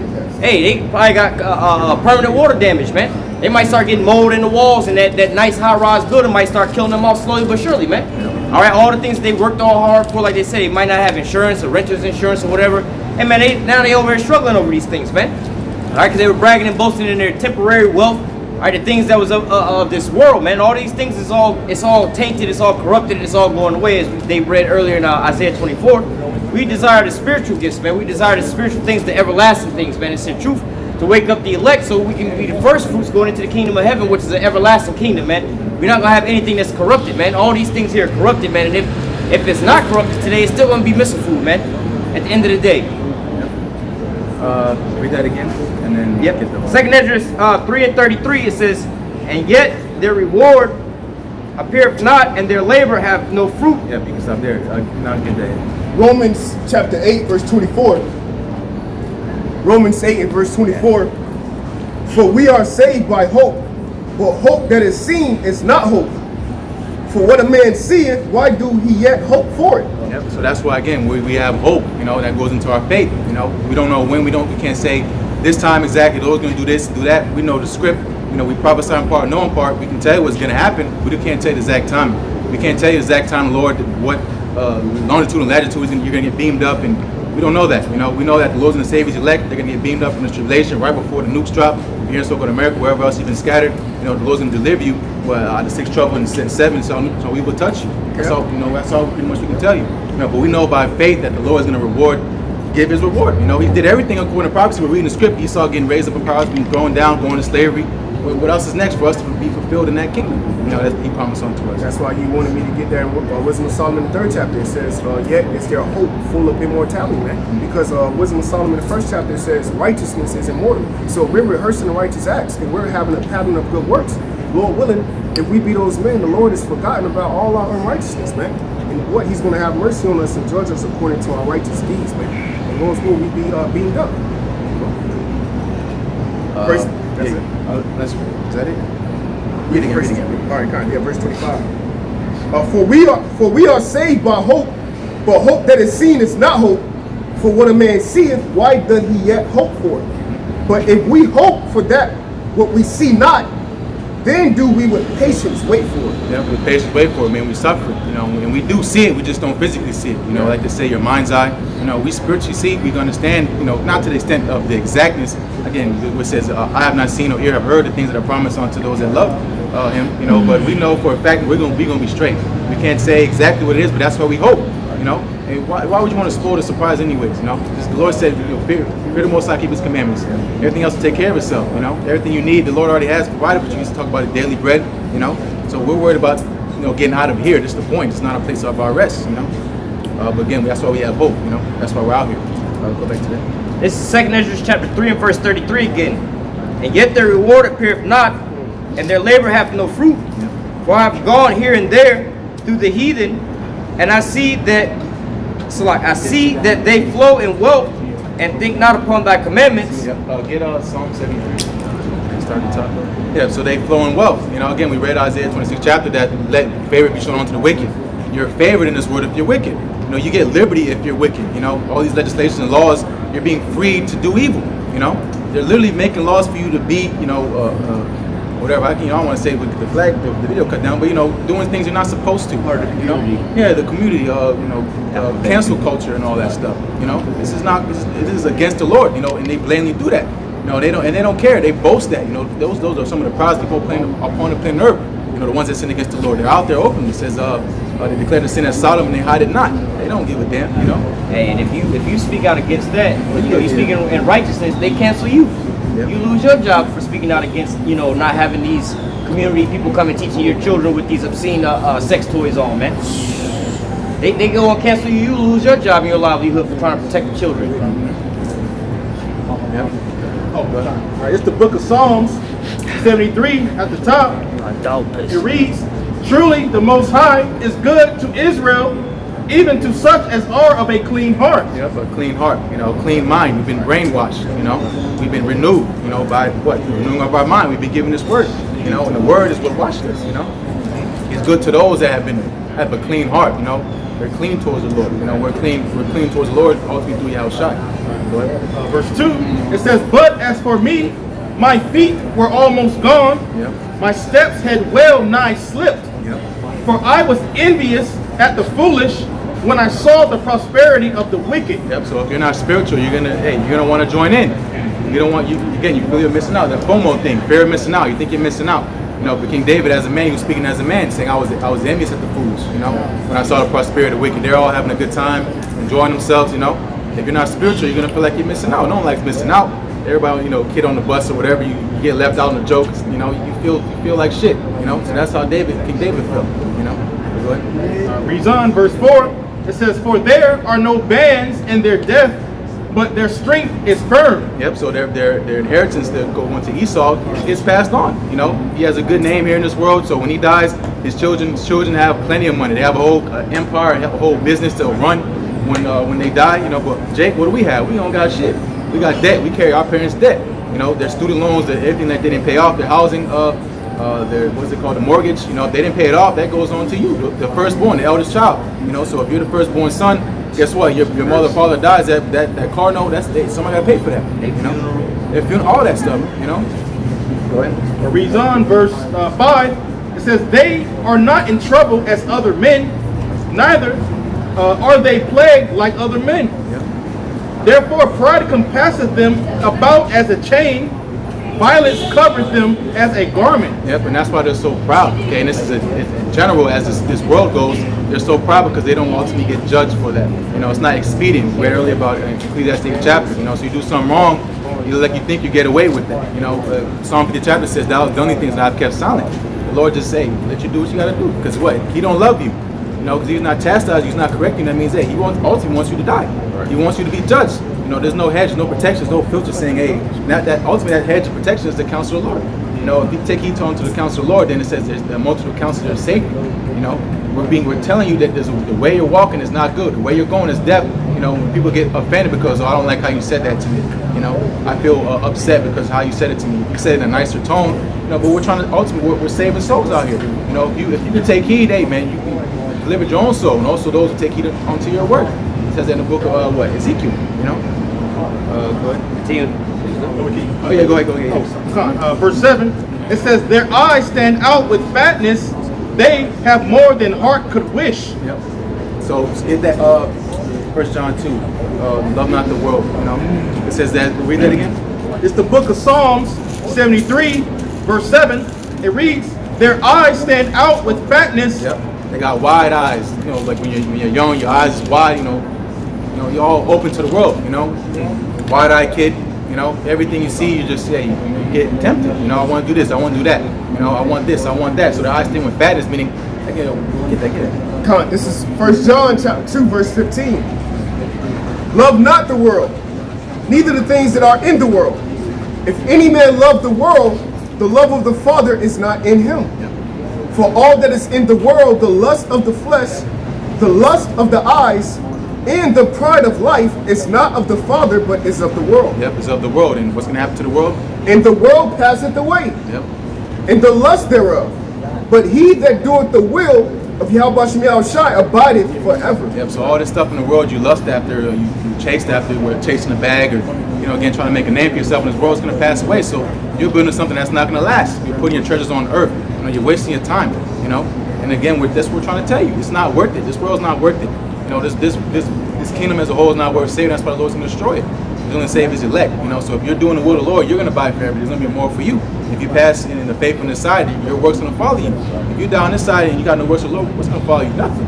You're going to start from as a newborn baby crying in the kingdom with that, you know, what it says Daniel 12 chapter, that shame and content. You're waking up, you're reminded that, you know, eventually you get old enough, you know you're such and such doing this and that in America. You're going to be greatly ashamed. That's embarrassing. You know, that's what happened to, again, the people of the best of our people that didn't take heed onto this word. You know. Back at 7. This is the book of Psalm 73, 7. "Their eyes stand out with fatness; they have more than heart could wish. Yeah.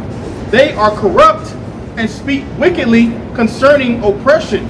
They speak loftily." Yep, and because they don't give a shit. Because, you know, that's why that culture comes from. You know, get it by any means necessary, rob whoever. It's promoted in the rap music. You know, stealing nigga stuff, stealing people's women. You know, it's what it comes from. You know, it comes from Esau. You know, it goes into a covetous man. He will even sell his own soul, and sell his own soul to sell covetous men. There's nothing worse than a covetous man. You know, because again, what you say? What profit did a man gain the world and sell his soul? You know, you have everything you want in this world, but guess what? You got no soul. You got no works toward the Lord, and hey, you're gonna be destroyed for that. You know, and those people you ultimately see on TV, they're miserable. They gotta put on persona, like they're living it up and whatnot, but they actually hate their lives. They really hate what they did. You know, but they have to play the role. you know, because they sold their soul. Yeah, that's why they end up bugging out, using drugs and all kind of shit, you know. I was gonna say right now you have like a thing going on with these porn stars and OnlyFans people now coming out giving like basically testimonies, man. Yeah, I made a lot of money about this and that, but I can't find real love. And they was asking one of these girls talking about if she wanted to have kids, and she kept beating around the bush with it. She's like, yeah. Basically, what she was saying is, if I have a kid and it's a son, when he go to school, they gonna bully him. Tell him, yeah, I see your mama naked on the thing. He gonna want to kill himself. Yep. She has a daughter. She gonna want to do the same thing too. So she realized now she done fucked her whole life up. And she's like a younger chick. They had one that just killed. It's like 2 or 3 of them. One jumped from a building in Russia. Another one overdosed on drugs. All right, because they're not realizing, like, yo, I can't go back in the world. I can't be me. Because everybody knows me from being on the internet, being this and that. I don't have no real friends. Everybody around me is all, I sold out for this little bit of fame, but now it's just following me everywhere I go, and I can't even live a comfortable life. And a lot of them are starting to realize, because now that the OnlyFans shit, it's coming to an end because now they're trying to make it mainstream, so they're getting rid of all that butt naked asshole showing. So. Like the dude say on what's it called, Fresh and Fit, fast money comes with slow problems. Yeah. So what are you gonna do after? Yeah, exactly. Yeah, you might get the money up front quick, but down the road, like you said, the bitch ain't gonna get married. She gonna be miserable. She gonna hate herself. Like if she has kids, they're gonna commit suicide. Yeah, exactly. Yeah, you're gonna go to school with your. You know, it don't make no sense, man. I saw your mom's asshole. Right. Tits. Your mom got some nice tits, man. And every job she used to go to, like, let's say they go to a regular job, they're gonna be like, oh, this is the such and such girl off of this. They're gonna be snickering behind. Oh, yep. They're gonna be, oh, we seen your video. Any man she get with, thinking in the back of her, you don't know who I am. They had a dude. There was a guy that was doing those little videos. What do you do for a living? Right, so you know the guy that had a nice car, he roll up on the people with the nice cars. He asked the girl what she do for a living. Oh yeah, I've seen those videos. One of them was a porn star, right? And I was like reading through the comments, like, who don't know who the fuck this porn star was? Like, I don't know who the fuck this bitch is, but still, yeah, just reading the thing, it's just like reading the comments about. I'm like, damn, I can only imagine what the hell going through her mind. She's just thinking like he comes up, well, what do you do for a living? Just asking what she do to drive a nice car. And after reading the comments and looking back, like, oh, this bitch is like a porn star. Like, oh, the one dude that don't know who I am. Now I got some little secrecy behind who I am, but at the end of the day, you know, she want to tell them I'm an adult entertainer or whatever. But I'm like, damn, that must be, you think about their mindset, you can't go nowhere because everybody already know you, man. Yep. I got a quick precept. One to that. This is the book of 1 Timothy. Hey, real quick, the money's not forever, but the internet is. Yep. So and the shame is forever. Yep. This is the book of 1 Timothy, chapter 6, starting at verse 9. It says, but they that will be rich fall into temptation and the snare, and into many foolish and hurtful lusts, which drown men in destruction and perdition. It says, for the love of money is the root of all evil, which while some coveted after, they have erred from the faith and pierced themselves through with many sorrows. All right, and that's what the people are going through. All right, they pierced themselves with many sorrows. That's why you see them, they're drinking, they're taking pills, all right? They're just doing all different type of abominable acts, all right? Committing suicide, all right? So they've drowned themselves in these many different sorrows of this life, all right? And they're not happy. You got the girl, Mia Khalifa, the Arab girl. Right. They had a whole documentary on her, how she did porn for like 2 years and only made $13,000 in a total of 2 years. Now she's condemned from her own country. Everybody hate her, she's depressed. Right. All these different things. I'm like, you don't realize you could have worked at McDonald's for 1 year and made more than $13,000. And you did all this, and now you forever known on the internet and all these things. You can't have a regular. Nobody gonna take you serious after that, man. Right. They wanna hire you at the job just because they know, oh, we're gonna get you on our podcast, or whatever, because of your past life. You're gonna bring views. We don't really take you serious. You made $13,000. That's a bad decision. You can't even go home to your family, man. You all outcast from your family over 13 G's, man. Crazy. Yeah, not even riches. Back in Psalms 73, verse 8, it says, they are corrupt and speak wickedly concerning oppression. They speak loftily. They set their mouth against the heavens, and their tongue walketh through the earth. Yeah, so there's no filter with these people on this earth. You know, they speak against the Lord on a daily, you know, by of course their actions firstly, but how they speak. I'm a God, I'm this, you know, I'm the Most High, you know what I'm saying? This is how they speak. You got Kanye saying, I'm God, you know? And this is how these people think. I am a God, I am, you know. Well, apparently you could be higher than the Most High. Yeah. Oh, wow. Apparently there's things you can do better than that. Yeah. Wow. Oh, yeah. According to ICBK. Well, tell me you find that out. Yeah. Go ahead. Reads on, verse Yeah, right. 10, it says, therefore, his people return hither, and waters of a full cup are wrung out to them. And they say, how doth the Most High know? And is there knowledge in the Most High? Yep. So that, again, they don't think that they're going to be accountable for their actions. That's why they continue to do what they're doing. They're encouraged to do evil in this world, you know, because again, you're not punished for it. As a whole, you do something evil, you get promoted for that. You know, I slept with this nigga's bitch. Oh shit, you know, you get praised for that. You know, and you make music videos about it. You know, so they think who sees us. You know, and also, a lot of people don't even think like that. They don't think about the Lord at all. It's just a Psalm 10 chapter. Most at all in his thoughts. So you do certain things. There's no at all conscience saying, "Oh, I shouldn't do this." You know, that's just removed. You know, you're just what lovers of yourself. Since the last day, spiritual time shall come. Men shall be lovers of their own selves. You know, they love themselves more than the Most High. You know, so they don't ask about what I should do to the Most High. It's like they don't ask what they should do from the Most High. You know, because they're incentivized to do the opposite. Exactly. You know, you get famous, you get clout. You know, you get this, you get that, you get the baddest bitches. As long as you just do some wicked shit, you know what I'm saying? I want to kill this spring. That's how you know this world is turned upside down. You know, it's not supposed to be like that. That's why Ezra's is crying out. You know, it's not supposed to be like this. But again, there's a purpose, there's a method to the madness, as the saying goes. Reads on, Psalm 73 and 12. Behold, these are the ungodly who prosper in the world, they increase in riches. Yep, so these are the ungodly that prosper in the world, all right? They increase in riches. So that's what we're going into. That's what Ezra's crying about. And that's what we're crying about. You know, they keep doing evil, and somehow, some way, they're still straight, you know? But again, we know the end of them. We read Ecclesiastes 8th chapter. It's not going to end well with the wicked. We know the latter end of their condition is going to be hell and torment, wailing and gnashing of teeth. You know, the time of trouble, the Lord said He's going to save out of it, but everybody else is going to be caught up in that hellfire. All the trouble that's coming, they're just going to be swept away. You know, Bro was going earlier about Isaiah 56, 16, verse 15. The slain of the Lord shall be many. You're not going to be counting how many people the Lord kills. It's going to be a bunch of people just laying everywhere, and eventually just get done away with these missiles dropped. It's scripture saying, it was the second Ezra 13 says a innumerable number. Exactly. You know, so the niggas gonna be laid waste. Ain't nobody gonna be one dead nigga, Exactly. two dead niggas. There's gonna be too many to count. Shit. Yeah, go with the movie scene you showed me about. Oh yeah, Hotel Rwanda. I was showing the brother a video of Hotel Rwanda. It's called, I think, the fog scene. I just looked it up. Where they driving down a road, it's dark, it's driving down the road, and they just like bumping. That's one of the brothers was talking about it earlier. I showed him the visualization. They just riding down the bumpy road, and Don Cheeto get out the car, and he's up higher than what he thought the road was, and he falls down. It's just nothing but bodies down there, man.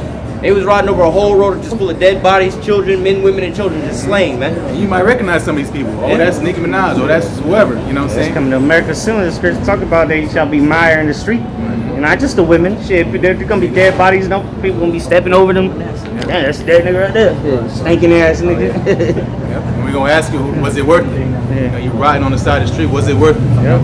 It's obviously not worth it. You belong to the streets, in the streets you shall die. You said you got something? Yeah. From the top. So it's like, that's it. Psalms 94 verse 1. Psalms 94 verse 1.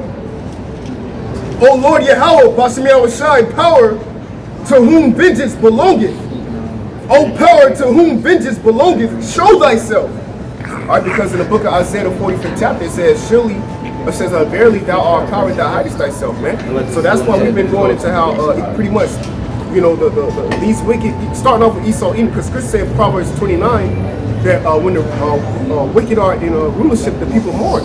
Why is that? Because what? An unwise king destroyed the people, man. So because this man is set up on a high pedestal, you believe that you can pretty much do what you want to do, wear what you want to wear, you know, be who you want to be, right? But ultimately, you're a walking abomination, man. You know, because you're going off. So we need the Lord to reveal Himself, man, so He can because you know, through the Spirit, I was just meditating on this earlier when the brother was speaking. This world lacks discipline, man. That's right. All right, and that's what the Lord is getting ready. The missiles is gonna establish a disciplinary, man. You see, because it's gonna get rid of all wickedness, man. And with that purification process, you're not gonna have to deal with that no more, man. Because the new ruler's gonna get into power, and nobody ain't gonna play that, man. Yahushua ain't gonna be dealing with shit like this here, man. No. All that homosexuality, all that shit is gonna be done, bro. All that's gonna be done away with, bro. What's that sky is cracked? That's your ass, man. All this is gonna be over, bro. Yeah, no more of this disobedience, no more of this gay shit. The Lord's gonna just cut it off. Oh, you doing that? Off with your head. Yes. You want to subscribe to this? Off with your head. All right, straight down to the root, bro. The Lord said, leave neither root nor branch. All that shit's gonna be done away with. Verse 2, Psalms 94, verse 2. Lift up thyself, thou judge of the earth. Render a reward to the proud. Yahweh Shai, how long shall the wicked triumph? How long shall they utter and speak hard things, and all the workers of iniquity boast themselves? They break in pieces thy people, O Lord, and afflict thy inheritance. They slay the widow and the stranger, and murder the fatherless. Yet they say, the Lord shall not see, neither shall the God of Jacob regard it. Understand, ye brutish. Yeah, that's why Scripture say pride has deceived thee. You know, your pride has deceived you. You know, you've been blinded from the true judgment the Lord's ultimately going to bring, because you don't think that's going to happen unto you. You hear the prophet speaking out there, you say, that's not going to happen to me. You know, that's from another generation. That's going to happen sometime then or later, you know, or already happened. Esau's not here. You know, he don't exist no more. He got done away with. Again, you don't fear the Lord. You add and take away from the book, you're going to be, what, added on, plagues will be added on to you. You're going to take your life, the names will be taken out of the book of life, you know. So that's the dangerous game you're playing with the words of the Lord, because the Lord didn't say that. He didn't say Esau can be saved. Where did he say Esau can be saved? He didn't say that America is not Babylon the Great. Where can you find that? This place is so, Babylon Great is so-called America. You know, and again, you're trying to get your own interpretation because you don't fear the Lord. So we're going to find out who, again, was telling the truth and who was not. You know, we're going to find out everybody else in this world is a bunch of liars, you know. That's right. Verse 8. Understand, ye brutish among the people, and ye fools. When will ye be wise? He that planted the ear, shall he not hear? He that formed the eye, shall he not see? He that chastiseth the heathen, shall he not correct? He that teacheth man knowledge, shall not he know? The Lord knoweth the thoughts of men, that they are vanity. Blessed is this is point verse 12. Blessed is the man whom thou chastenest, O Lord, and teachest him out of thy law. You know, so it's a blessing to have the words of Yahweh Shai. We're taught by the law of Yahweh Shai, by the men who he set up over us, by the men who he set up over them, man. So what we have is an establishment of righteousness that are actually walking upon the planet Earth, i.e. the house of David, man.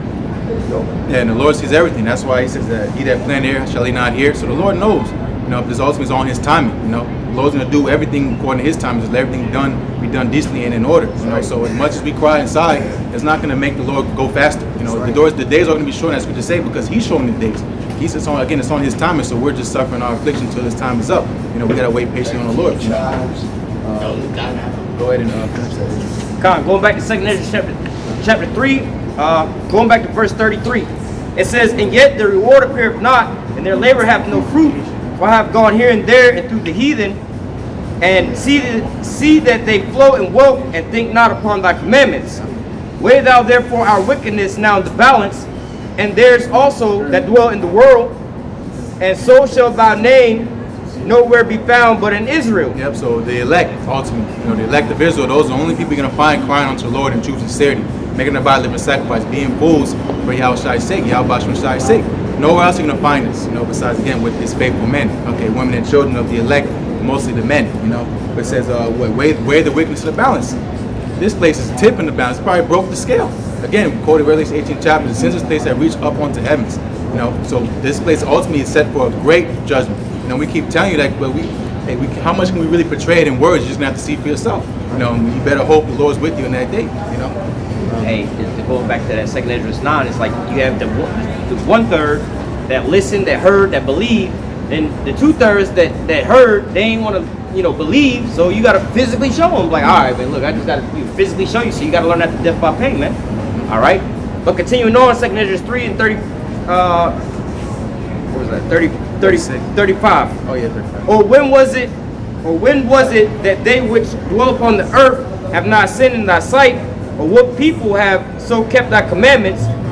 Thou shalt find that Israel by name have kept thy precepts, but not the heathen. Yep, so again, that's what the Lord ultimately is going to be dealing with. He's not dealing with the heathen, because even 2/3 of my people are kind of heathen, because why? Because they don't hear the words of Yahweh Shai.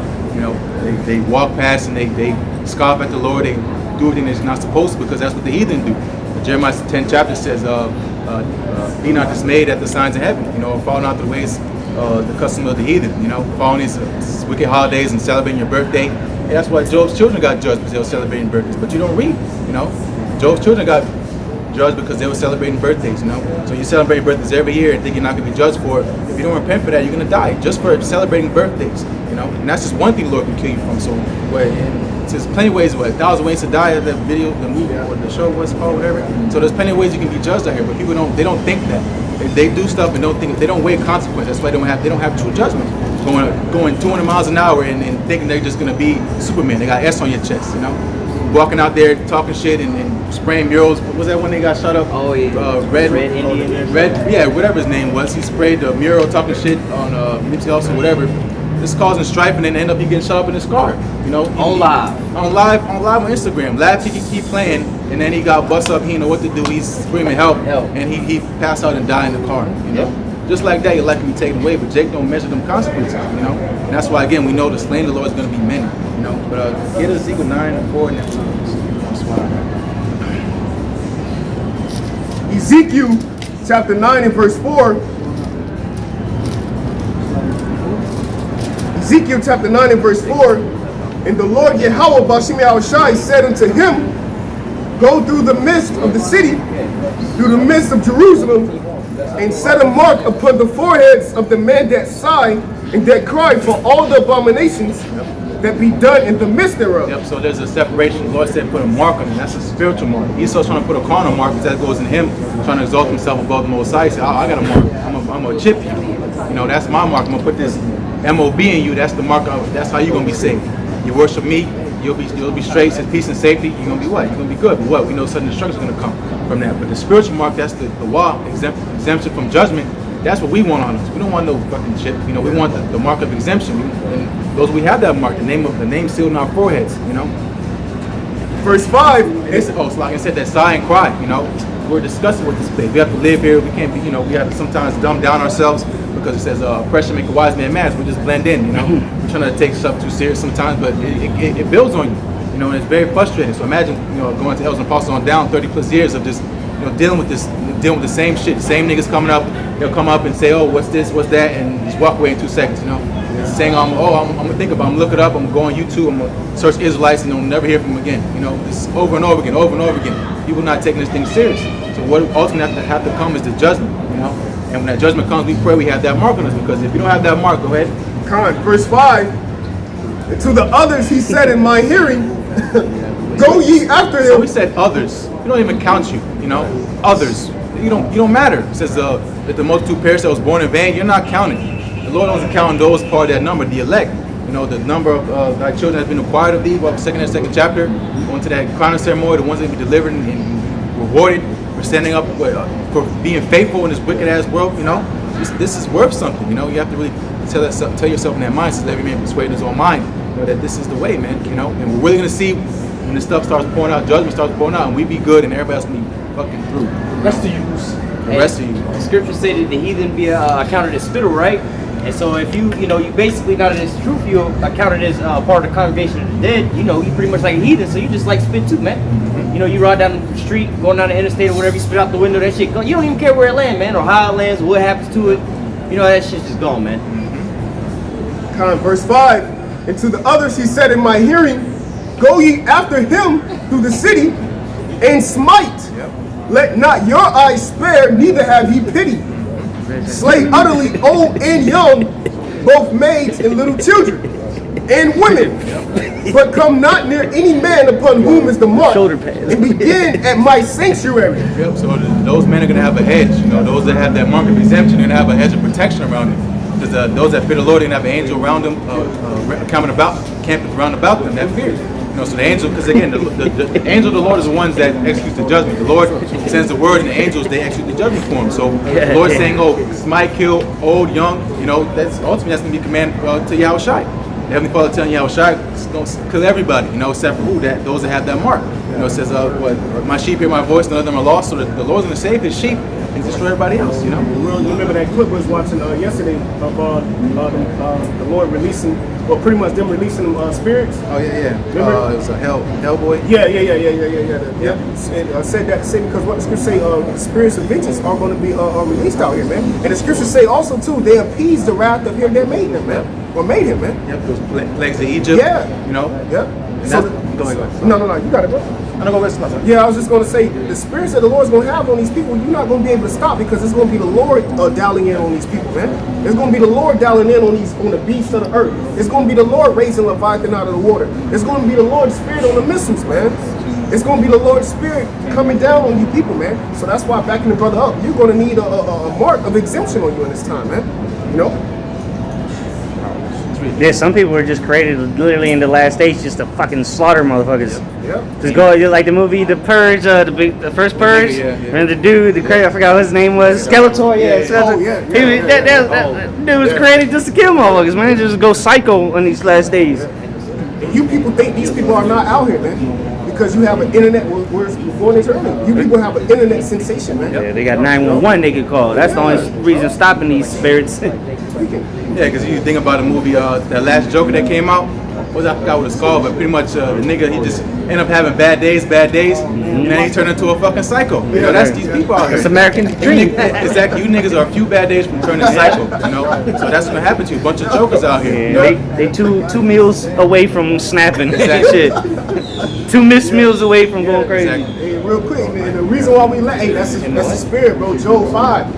The reason why we're actually laughing is because we put all our love into teaching you people, man, teaching the words of Yahweh Bashem Shai, so we can be exempt from this day.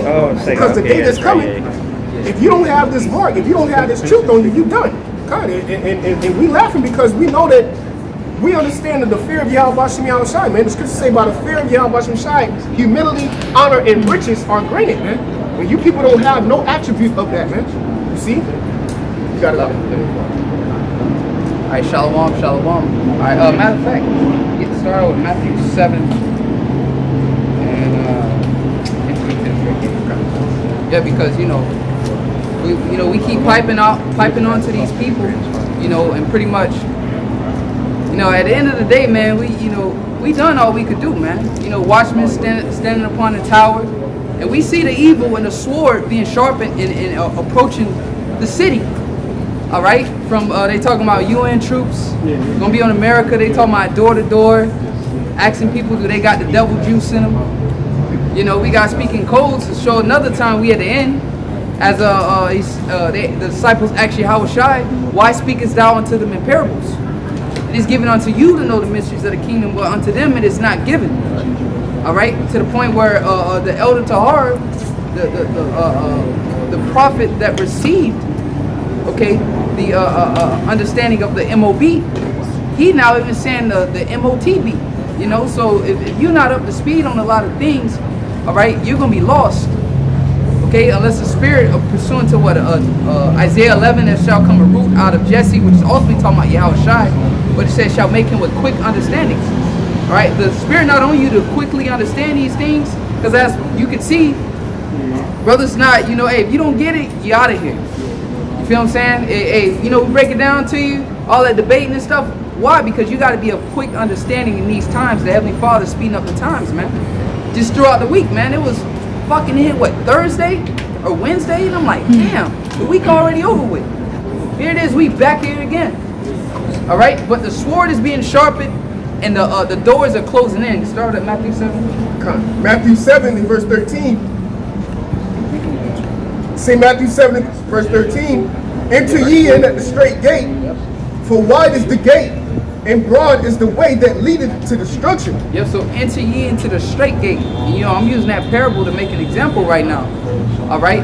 Because, as you can see, Esau is getting closer and closer and closer, man, to mandating that juice, man. To making it mandatory. All right? They talking about a new variant is out or whatever the case may be. And, certain states and requiring you to put the mask on even if you have received the juice, man. So we can clearly see what is going on too. And what's really happening is that pursuant to Revelation, the 12th chapter, as I say, the devil shall come down unto you having great wrath, because he knoweth he has but a short time. All these things that Esau, Edom imagined, he now has to fast forward these things. He has to progress these things at a accelerated pace, man, because he's out of time. All right, he really imagines stuff like 2030, 2045. He put it in his movies, Terminator and all that shit. iRobot, if brother saw that movie, that was with the flying cars and the robots all around, lifting, doing all the work and shit. All right, that movie was supposed to be projected of Chicago in like 2030, if I'm not mistaken. All right, it's 2021 right now. So in 9 years, Esau Edom's supposed to have robots everywhere, doing all the jobs, doing all the work. All right, but so you see, this man he's behind, man. So what he's gonna do is he's gonna come down with great wrath because he know he has but a short time. Go ahead. I was gonna say, you was making reference to those movies. They actually have something called Agenda 2045. Right, where they have these different things, Agenda 2030 and so on. But Agenda 2045, they talk about this, about having, the MO chip basically, and then the nanobot bodies and everything like this. And they plan on having all this rolled out by like what, 2035, man. All right, you can see where we are from now until then. That ain't far off, man. So you see them trying to push these things, like the brother said, they trying to speed these things up, man. All right. Yep. So go ahead. Read again. Matthew 7 and verse 13. Enter ye in at the straight gate, for wide is the gate, and broad is the way that leadeth to destruction. So the things are getting tighter, man. All right. Get that in St. Matthew's here. This is Matthew chapter 10, verse 34. And we enter into the straight gate, but the Most High is controlling this thing. He's making sure that gate is getting straighter and straighter and straighter. All right, He's the one that's doing it, man. The Most High. He's making this gate straighter. All right, exposing people as brothers went into, exposing camps, man. Really showing that dudes are really those are the circumcision that Paul spoke against. They really ain't nothing but niggas and really garments, man. That's really all they in. They just jakes that have on garments. They're not the Israel of Israel. Okay, so the Most High is the one making it the gate straight. Okay, go ahead.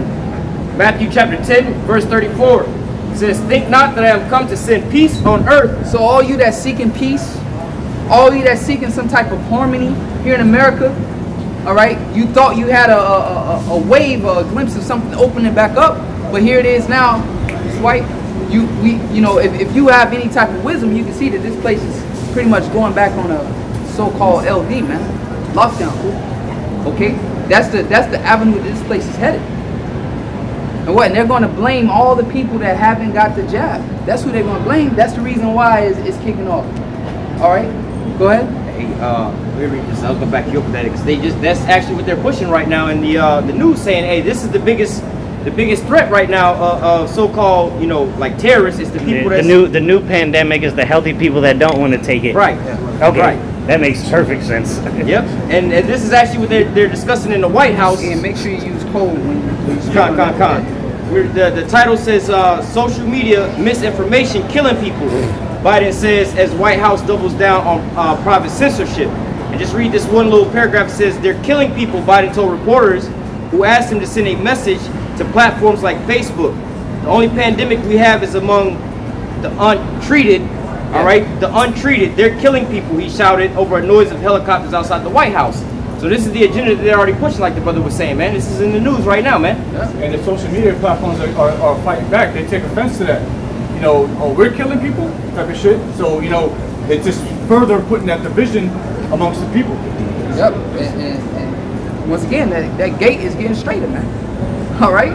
You claim you about Yahweh Shem Yahushai, all right, in word and mouth and lips, but now your actions are going to have to back it. Those of you that has been backing it up with their actions, hey, good for you. The scriptures say, be not weary and well doing. So continue doing what you're doing. Nothing to worry about. When bros bring out these precepts, all right, it's not to attack anybody personally. All right, if you cut by it, you cut. Okay, if you know what you're doing is the right thing. All right, if you're on fire, if you love the Lord thy God with all thy heart, and you actually serving Him with actions, not just lip service, well, these scriptures shouldn't cut you. All right, when we speak about lip service and people straddling the fence, playing the field, so to say, these verses shouldn't cut you. All right, we here to bring more comfort, like Yahushua said. I came not to condemn the world, but save it. So those scriptures are supposed to edify you. All right, if it's cutting you, then you need to make certain adjustments. So it don't cut you no more. The scripture say, blessed is that man whose conscience has not condemned him, man. All right? Go ahead. Matthew chapter 10, verse 34 says, think not that I am come to send peace on earth. I came not to send peace, but a sword. So that sword gonna come in all fashions, man. Okay? Famine. Alright, man, look, when the scriptures say shall her plagues come in 1 day, 1 hour, man, all this shit is gonna come down like a house of cards, man, just crumbling down, man. Alright? To the point you're gonna wake up. And that's why the elders say nobody's not gonna have to tell you, alright, when Jacob's trouble is here. You're gonna fucking know. Because it's going to be a time, it's going to be some shit you've never seen before. So if you go out your house and you see all hell breaking loose, you never saw that before. So you ain't going to have to call a brother or text a brother to say, hey, is this JT? You know, you're going to know. Okay? Go ahead. Matthew 10 and 35, it says, for I have come to set a man at variance against his father and the daughter against her mother. So right now we're playing out a biblical prophetic movie right now, man. We're playing out a biblical prophetic movie, man. Okay? And I showed brother, I just got a text the other day. Oh, I'm getting a juice today. Alright? Everybody in the group chat told me I pray. I didn't say anything. Because what's happening is now, alright? My mother, she's against it. And I remember her telling me a few months back, she was saying, I don't know, because me and her talking, she got some kind of conscience about whatever. She said, I don't know where these other two stand, my two daughters stand. I don't know their stance on it. And I know that it's going to be a clash now at some point in time. So here it is now, you sitting here telling me about, oh yeah, people that get the juice, they, you know, they're contagious. But now you got somebody got the juice staying right in your fucking house with you. And you already feel some type of way about it, talking about the zombie apocalypse and all this. Yep. So that's that division, man. And the brother Ariel gave me his testimony. All right? If I can briefly, all right? Certain people in his family don't want to come down and visit because he don't want it. So you see how straight the gate is getting, man. All right? It's getting that straight. So with that being said, now that division once again, it's like my mom always wanted to come get my daughter to bring her over to the house where my sister at. So it's like, damn, I'm not finna send my daughter over there. So it's all that straight gate, all that division, man. The Lord is bringing it. We're living in the end times. It's no way around it. All right, you used to have a lot of room. First it was voluntarily, you know, you can volunteer to get this, volunteer to get that. But now, hold on, if it's voluntary, why are you people closing in? They closing in, man. They're getting ready to besiege Jerusalem, man. Matthew's the 24th chapter. Yahushua spoke of these things. Yahushua spoke of these things again in this regeneration, but in the spirit through his men. We've been trying to let Jake know for the longest that Jerusalem, matter of fact, get it, man. Matthew's 24. We'll hop back to that. When you shall see Jerusalem compassed with armies, man. Okay? We've been trying to let you people know, man. The same thing Yahushua did, we come back again in the same spirit, in the same set. The spirit of the prophets are subject to the prophets. We come to let you know, man. And it's finna happen. Alright, in your lifetime. Guaranteed it's finna happen, man. You got it? Matthew 24, verse 15. It reads, when ye therefore shall see the abomination of desolation spoken of by Daniel the prophet, stand in the holy place. Whoso readeth, let him understand. Verse 16. Then let them which be in Judea flee into the mountains. That was absolutely talking about 70 AD. Okay? We know the history according to that, but let them which be in Judea flee into the mountains. Read on. Reads on, verse 17. Get the count and move it, bro. It says, let him which is on the housetop not come down to take anything out of his house. Yep, and we all apply those things spiritually right now. It's like talking to Quinn the other day. All right, let him that be in the housetops, and read it over. It's like verse 17. Let him which is on the housetop not come down to take anything out of his house. All right, and that was physically back then. All right, but we apply that now spiritually. All right, so love, which is going into love, not the world, neither the things that are in the world. All right, because at any point in time, Esau, Edom come in, and you trying to grab your belongings. No, your ass gonna get dragged right out of your house, man. All right, they're gonna, hey, what the Judahite woman said, she said, there's no excuse now. You can get it right here on your porch. You can't say it's no convenience. I get off late. Not because why? The health department coming right with the people right there right to your door. All right. So when them troops come, when it's under some medical martial law, and it's like, yo, you got this, or you got to come with you. You got to get this, or do you have it, or you got to come with us. Let him which be on the housetop come not down to gather what he got in there. So you got to be in that mindset, like, yo, you finna go, man. So wherever, get that Revelation 2 and 10. Pass some of you in prison, all right? Because those are the times. Once again, the gate is getting straight, man. Enter ye into the straight gate. Yahushua is telling. Look, you see fire and all this destruction, but Yahushua, as say, fire on one side, water on the other. But Yahushua is calling you through that, and you looking like, damn, I don't wanna go. But He's calling you through it, though. You gotta come this way. You gotta come towards this, man. Yeah, you gotta. Well, it's destruction there at the end. But you got to have faith that when you come towards that destruction, the scripture says, shall not come nigh unto thee, man. All right? He's going to deliver you. And then even if, man, the Lord's going to give you the spirit to deal with whatever comes to you, man. Go ahead. This is Revelation 2 verse 10. Fear none of those things which thou shalt suffer. So when your boy Joe Biden was talking about they're killing people, right?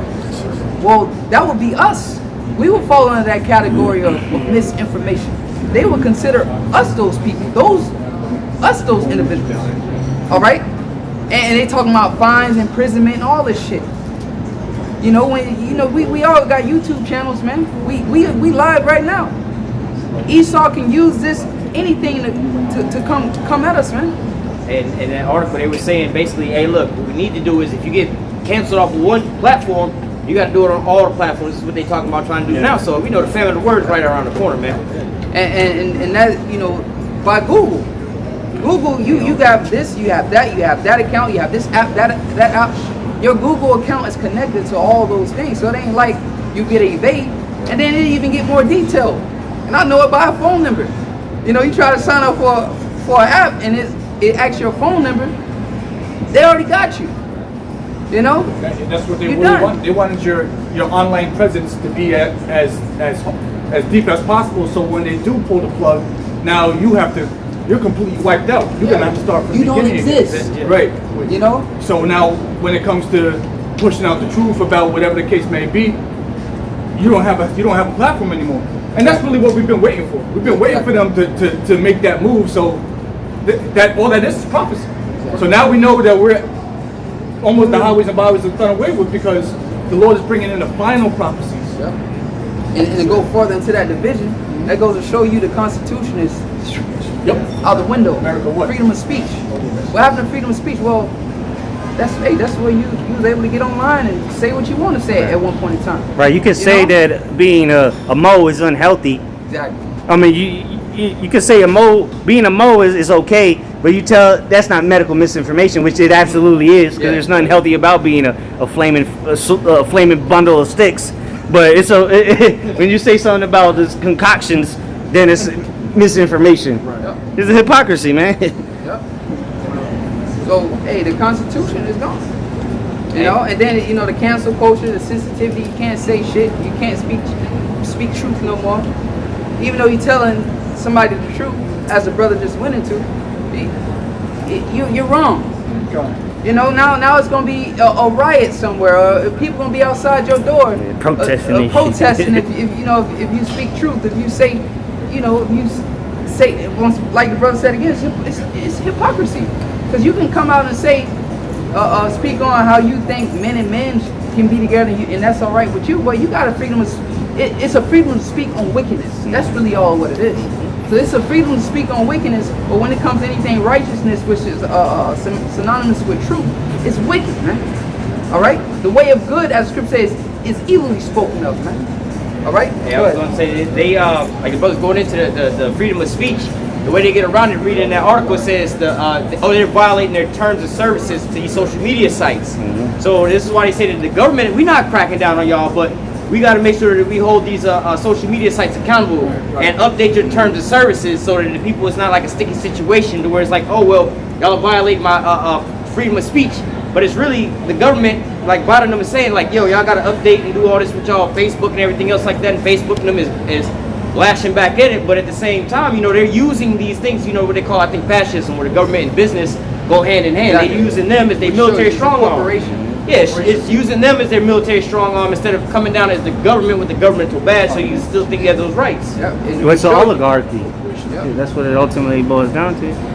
It shows you that the corporations, America's a corporation. The corporations, the money, the banking is what run this shit. The United States of America, and the corporations have presidents. Yeah, that's what the oligarchy is. The corporations are the people that pay run the country. Not Creepy Joe is just a fucking puppet on TV, you know. Corporations are as people, so they have the same rights as people, you know. So they got the same thing. So it's a fucked up way they have it set up, but it's all prophecy sick.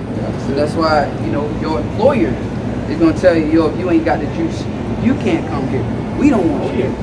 That's all they, you know, just contact these corporations.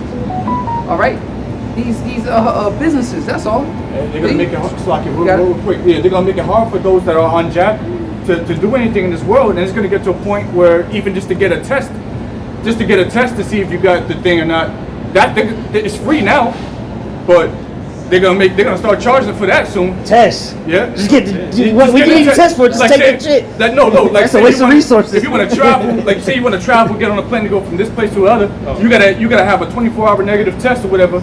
They're free now. They're gonna start charging for that shit, and this is gonna be like niggas, like, you know what? Let me just get the jab. But you still gotta take the test anyway. Because I know somebody that just left the country and they had to take the test and they got the jab. So it's free right now, and they're gonna start charging for it. So it's just gonna what it is they just mind fucking people for what's about to come down the pipe. Because that's what there's a reason why everything's going down digital, because of this whole situation that's taking place globally. Everything, all of a sudden, everything needs to be digital. Digital passports, digital verification, digital currency. That's the catalyst. You know, bring it in, and everybody's with it, man. You know, I got a gym membership probably like 2 weeks ago. Usually, I remember you used to have a card. They said, we done away with the card. Now every time I come in, it's just apps. So it's happening. QR codes and this and that. Yeah, that's what it is. QR code. That's all it is. So we did away with the cards. They're obsolete. And then they say turn in your card and get the app. Okay. So everybody's with the program, man. Touchless. Yeah. You know, I had to put your card on there, and the card might transmit the deadliest virus of all time. So just use your phone, man. Yeah. and hey, that's, if you can't see that this shit is right here in your face, and that gate is getting straight. Once again, enter ye into the straight gate. Then man, it's like, bro, we don't even get stressed out about it. You know, we used to get upset, you know, and be out here blowing our heads off, cussing niggas out. You know, don't get me wrong, you know, bros get vamped up, you know, it's a spirit of fire on them sometimes. But man, now it's just like, hey, we got some water here. You know, it's here for you to drink. I don't want that shit. All right, cool. See you later. They want to drink that Gatorade. Yeah. You're like, what's his, the water boy, Gatorade's the devil's juice. Mama said Gatorade's the devil's stuff, shit, so shit like that. But that's what I'm saying. We giving you good, clean spring water, alkaline water. You want that sugar water, you know? Kool-Aid. The devil's juice. This is Revelations chapter 2, verse 10. Revelations 2 and 10. Fear none of those things which thou shalt suffer. Hey, and once again, fear none of these things, man. All right? The Lord has put us through so much shit in His truth, man. You know, I speak to this camp personally. The men I've been with, man, we done, you know, intervene with cops, you know, all kind of shit, man. Fights, riots, people threatening all that shit, man. That was the Lord prepping us for these times right now. Esau pull up right now in the black Vans. Hey, get out, get out. You know, you never know. We might be a camp one day. Esau, he done pull up and, bro, you don't think they know where we at, bro? We posted in the same spot all the time, man.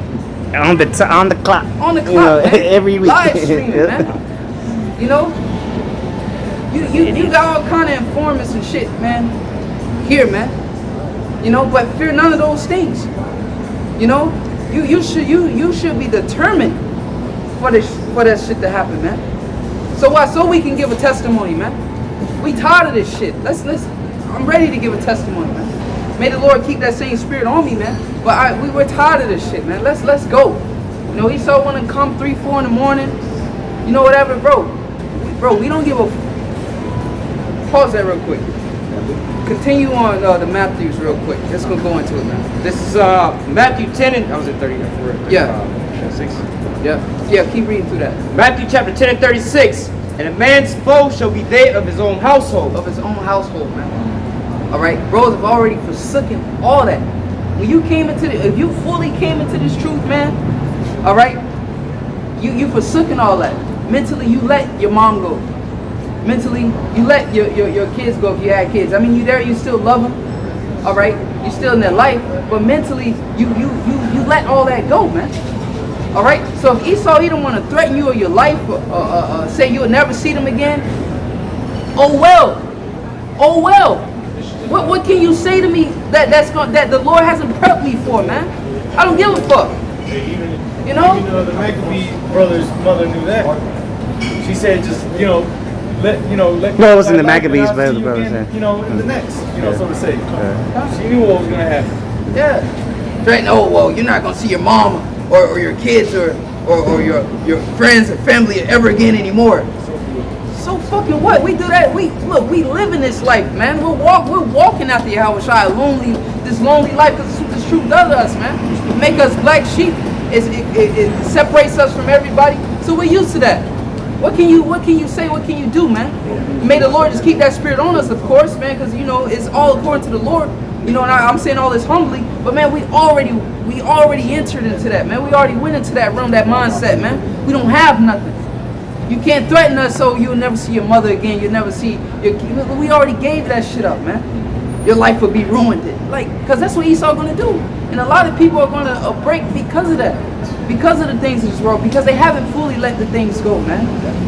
Okay, because they haven't fully forsook all and followed thee, man. That's gonna be exposed, man. That's gonna be brought out. Straight up, bro. And once again, if your conscience haven't condemned you, these words shouldn't cut you. If you truly let it all go, man, you shouldn't be cut by this shit, man. Go ahead. And it's gonna be. You can say whatever you want. Oh yeah, forsook my faith. You can lie to us, but like what happened to Ananias and Sapphira, they lied to the Holy Spirit. That's what's gonna get you killed. Yeah. Hey, you do what you gotta do and say what you gotta say. But at the end, if you ain't not really sincere, exactly. The Lord knows it. So you're gonna drop dead soon. Or die a gruesome death, or have your whatever you didn't want to let go. Watch it get taken from you in a gruesome way, and then die anyway. So why not just forsake it? Because the Lord said, what Peter say, we've forsaken all. The Lord said we're gonna get 100-fold, man. And if they gotta kill your mama or your kid in front of you, what shit? Go ahead. They need new bodies anyway. So either way, they're gonna be good. Yeah. Like brother mentioned the account of Maccabees, 2 Maccabees 7. They knew what was good. They said, look, you can take my hands. Take my tongue, but we know who gave it to me, and I know who's gonna give it back. Hey, fear none of those things. And you gotta be confident, Lord. The Lord has not given us a spirit of fear, bro. Mm-hmm. I say that confidently and I say that humbly, bro. We ain't look. It ain't because we some tough guys. No, we just have.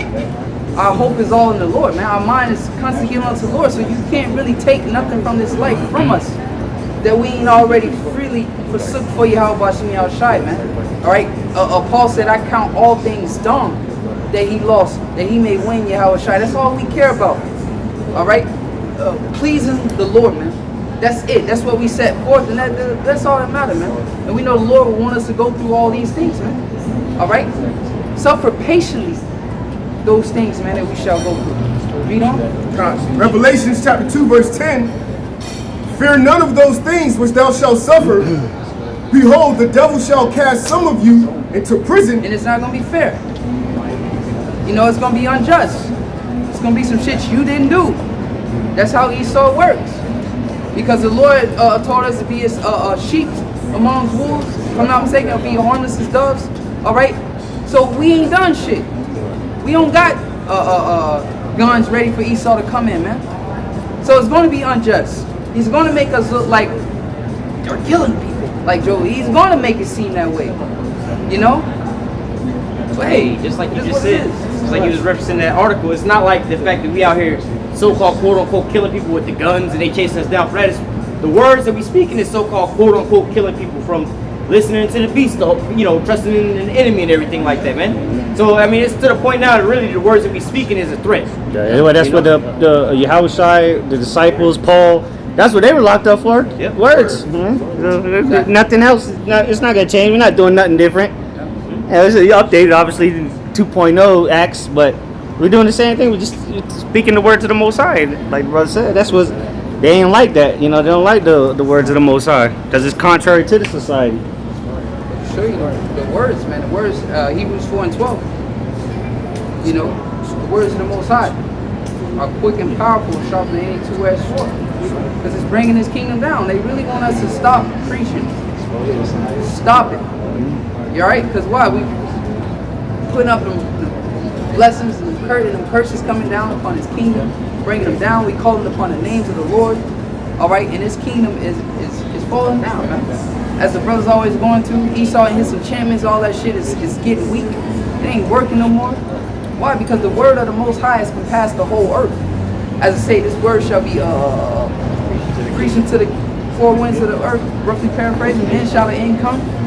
All right? Esau don't want an end. The scriptures say his inward thought says, house shall continue forever.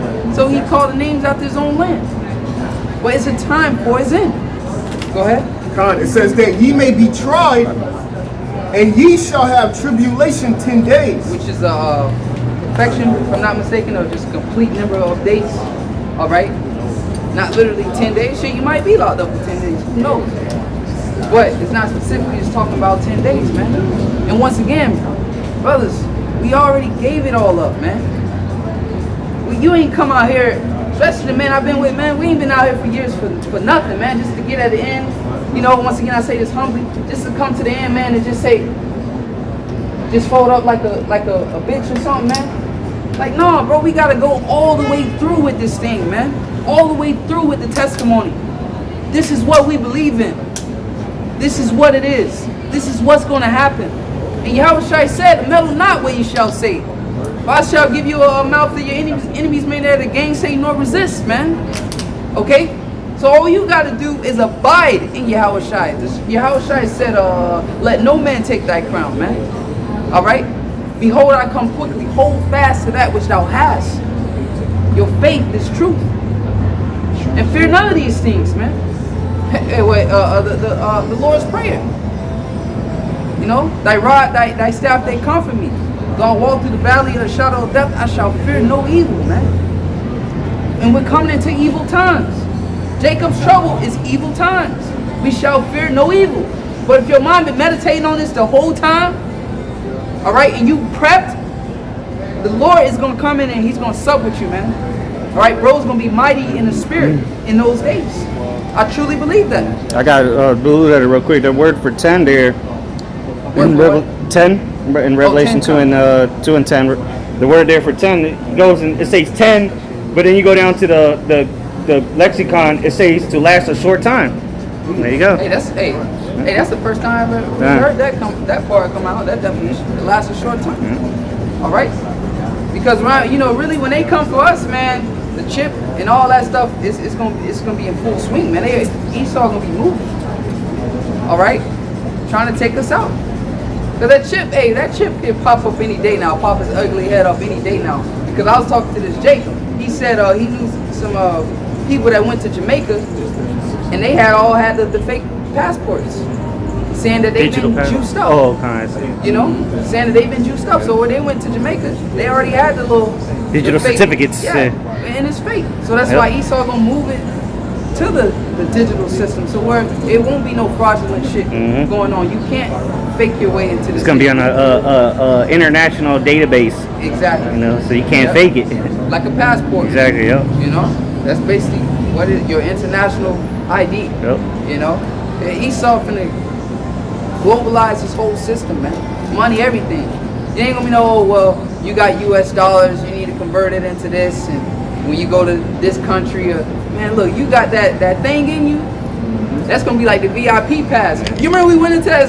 I forgot what we went to, but it's like you had a higher standard or something. Yeah, kind of. You had like a higher class. Yep. Once you receive that VIP, like you said. Yeah, VIP, man. You know. Yeah, you want me to go anywhere, everywhere. It's like you go to Busch Gardens, you get the VIP little bracelet, and you can skip the lines. You can, get discounts and so shit. So they already been prepping exactly people for that. Graduates, oh, you got a VIP, you can skip the line. Mm-hmm. You got a VIP pass. You know, even the Express, you got Express on, but then you got that one, mm-hmm. what is on the veterans, where you passing all the traffic, right? So people gonna be with that shit, man. He's gradualism, man. It's been. Ultimately, that's how you know it's the Most High, because this shit is too perfect. It's too perfect, man. Esau, Edom is being controlled by the left-hand side of the Most High. That's why you're not going to be able to escape these things. That's why he said you shall not be able to escape, because when he's saying Esau, Edom, that's the Most High sending that dude, man. So you ain't going to be able to escape none of these things. You ain't going to be able to think I just get off the grid. Because Jake he think he's just so smart that he always can finesse something and just get around everything, which he has been doing. But that's the Most High, having that gate broad, but now that gate is closing. It's closing in. Because Jake, you ain't going to be able to cheat the system too much longer. All right? And the scripture says he calls it all. Both small and great, free and bond, rich and poor. So even the rich people who thought that their money could buy anything, their money can get them out of anything. If you're not elite banking family, you're poor, man.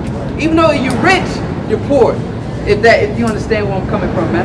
But you ain't got a Rothschild money. Good. And to back you up, even the rich, right? If they want to go to these main events that they got going on right now, they still have to participate in the medical situation, man.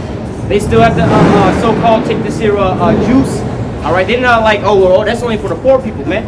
All right, you could be a Jay-Z, a Beyonce, all these other people, whoever you are, on the higher up. If you want to go to any of these events, that they say, hey, everybody got to be, tagged up or whatever. Hey, you still fall in line with just like the regular poor person. Yeah. Get that what you got real fast and you was holding. This is Ezekiel 21. All right, what we finna? Ezekiel 21 and verse 8. Ezekiel 21 and verse 8. Again, the word of the Lord Yahweh, Bashem Yahushai, came unto me, saying, Son of man, prophesy and say, Thus saith the Lord Yahweh Bashem Yahushai, saying, a sword is sharpened. Yeah, man, because he said, making them an example on how not to live ungodly. Ancient Sodom and Gomorrah, right? The Lord brought straight judgment upon this place. So look what Esau, Edom is doing, Babylon the Great, man. If you don't think the Lord has a sword prepared for this place, yeah, you through. The sword is coming, man, and ultimately it's those nuclear missiles. So that's that sword being sharpened. Just recently, China was building 100 missile silos, man. What you think that's for? All right, and like Elder Tahar went in on Ezekiel 38. All right, the missile defense systems will not be able to protect this place at all. All right, that and the United States of America knows that, but all they focused on was the offense. All they focused on was yeah, that's it. They exactly strike first, man. So this place is finished. If your ass is on the soils of America, and you're not beamed up, you done. Hey, Your soil. oh, you hear that? Yeah. That cap pop off. There. That bitch is coming out. It's coming out, bro, and it's coming for you, man. To meet thee, to meet thee. Go ahead, man. Go ahead. You got it. It says, and also furthest, verse 10, it is sharpened to make a sore slaughter. Yeah, so the Lord has a sore slaughter prepared for the masses of you people, man. Bodies are going to be dropping, man. Real soon, in the near future. Go ahead. That it may glitter. Should we then make mirth? Should we then make mirth? What? How should we be right now? Hasting. Like we exiting out of Egypt, man. In haste. Hasting, because why? The deliverance is coming. Right. And bro, you can feel like we ready to go spiritually. Our bags are packed. We ready to go. Where everybody else here just, Shoes on, ready to get to work. yeah, we ready to go. That's why looking for and hastening unto the coming of the day of the Lord. We're ready to go. Our shit not all spread it out like, damn, you know, you be like, yo, get your bag together. You gotta grab your socks and all this shit and put it, no. And you know how that feeling feel when you're being rushed? Yeah. And all your shit's out everywhere? It's not a good feeling. You like, fuck them. You know, you can't, but what? The Lord has given us this with the grace period to prepare, to grab your socks, to grab this, to grab that, to prepare yourself, man. That's what this grace period is for, man. Wisdom and knowledge shall be the stability of thy times. You know? Strength and salvation. The fear of the Lord is the strength.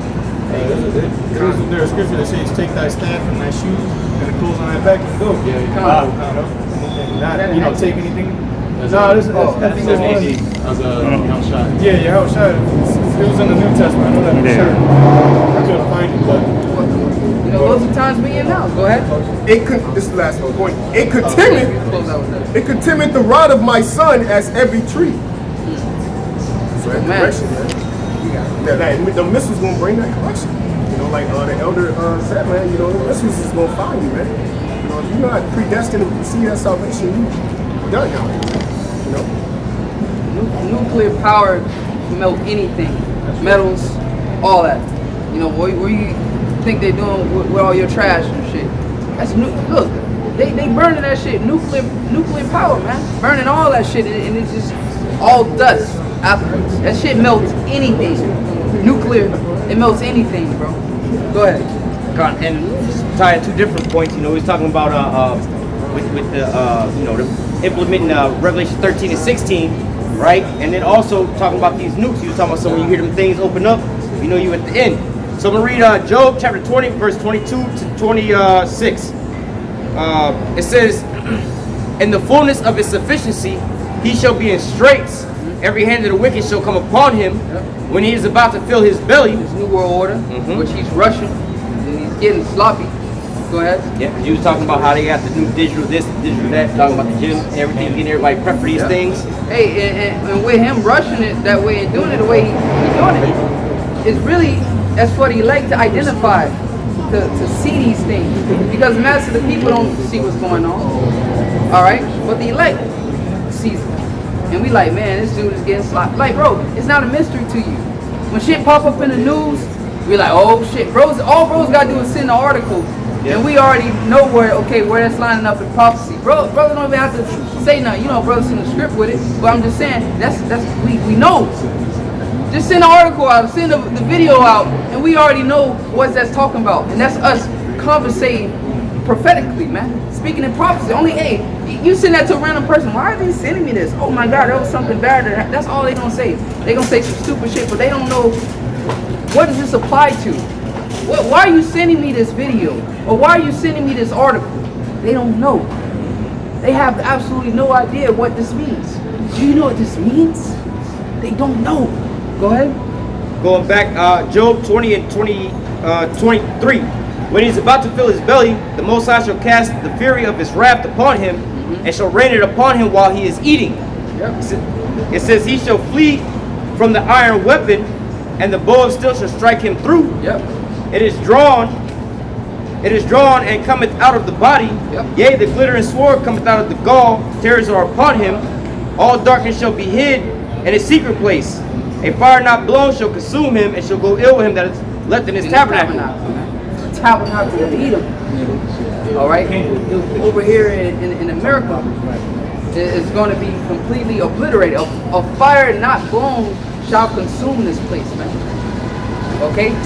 And when you work out in the fucking sun, bro, man, you don't want to be here when that day burns in the oven, bro. It's fucking hot, bro. For real, bro. Bro, just go out in the sun in the day or go for a walk and stay out there, break a sweat and it's really stay out there for an hour. Now imagine that. But a way you never felt it before, a way that's unbearable, a way that your skin is just coming off you. And man, come on, bro, you don't want to deal with that. All right?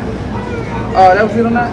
Come on, so, you know, if we're looking for a hasten, man, to be found worthy, okay? You know, we still, even though we at the end, you know, we still got to stay on our shit. We still got a lot of stuff, you know, we still got to go at this thing day by day. We still got to stay in this truth, right? Every day is a fight to stay in this truth. Every day is a fight to stay in the spirit, man. You know, it's not over with. Yeah, the end is close, but what they say, you know, don't celebrate it until it's actually over, man. No early celebrations, you know, till we actually get that victory. Then we'll have something to rejoice about. All right. So with that, you know, Lord's willingness is edifying. We're gonna give all praises to Yahweh, Ba'Shem, Yahushai, Ba'Shem, Rachakodash. Double honor to the apostles, great millstone, rule well, peace, love, and blessings also to the sincere lovers, brothers, on the highways and byways, giving all diligence to make that call.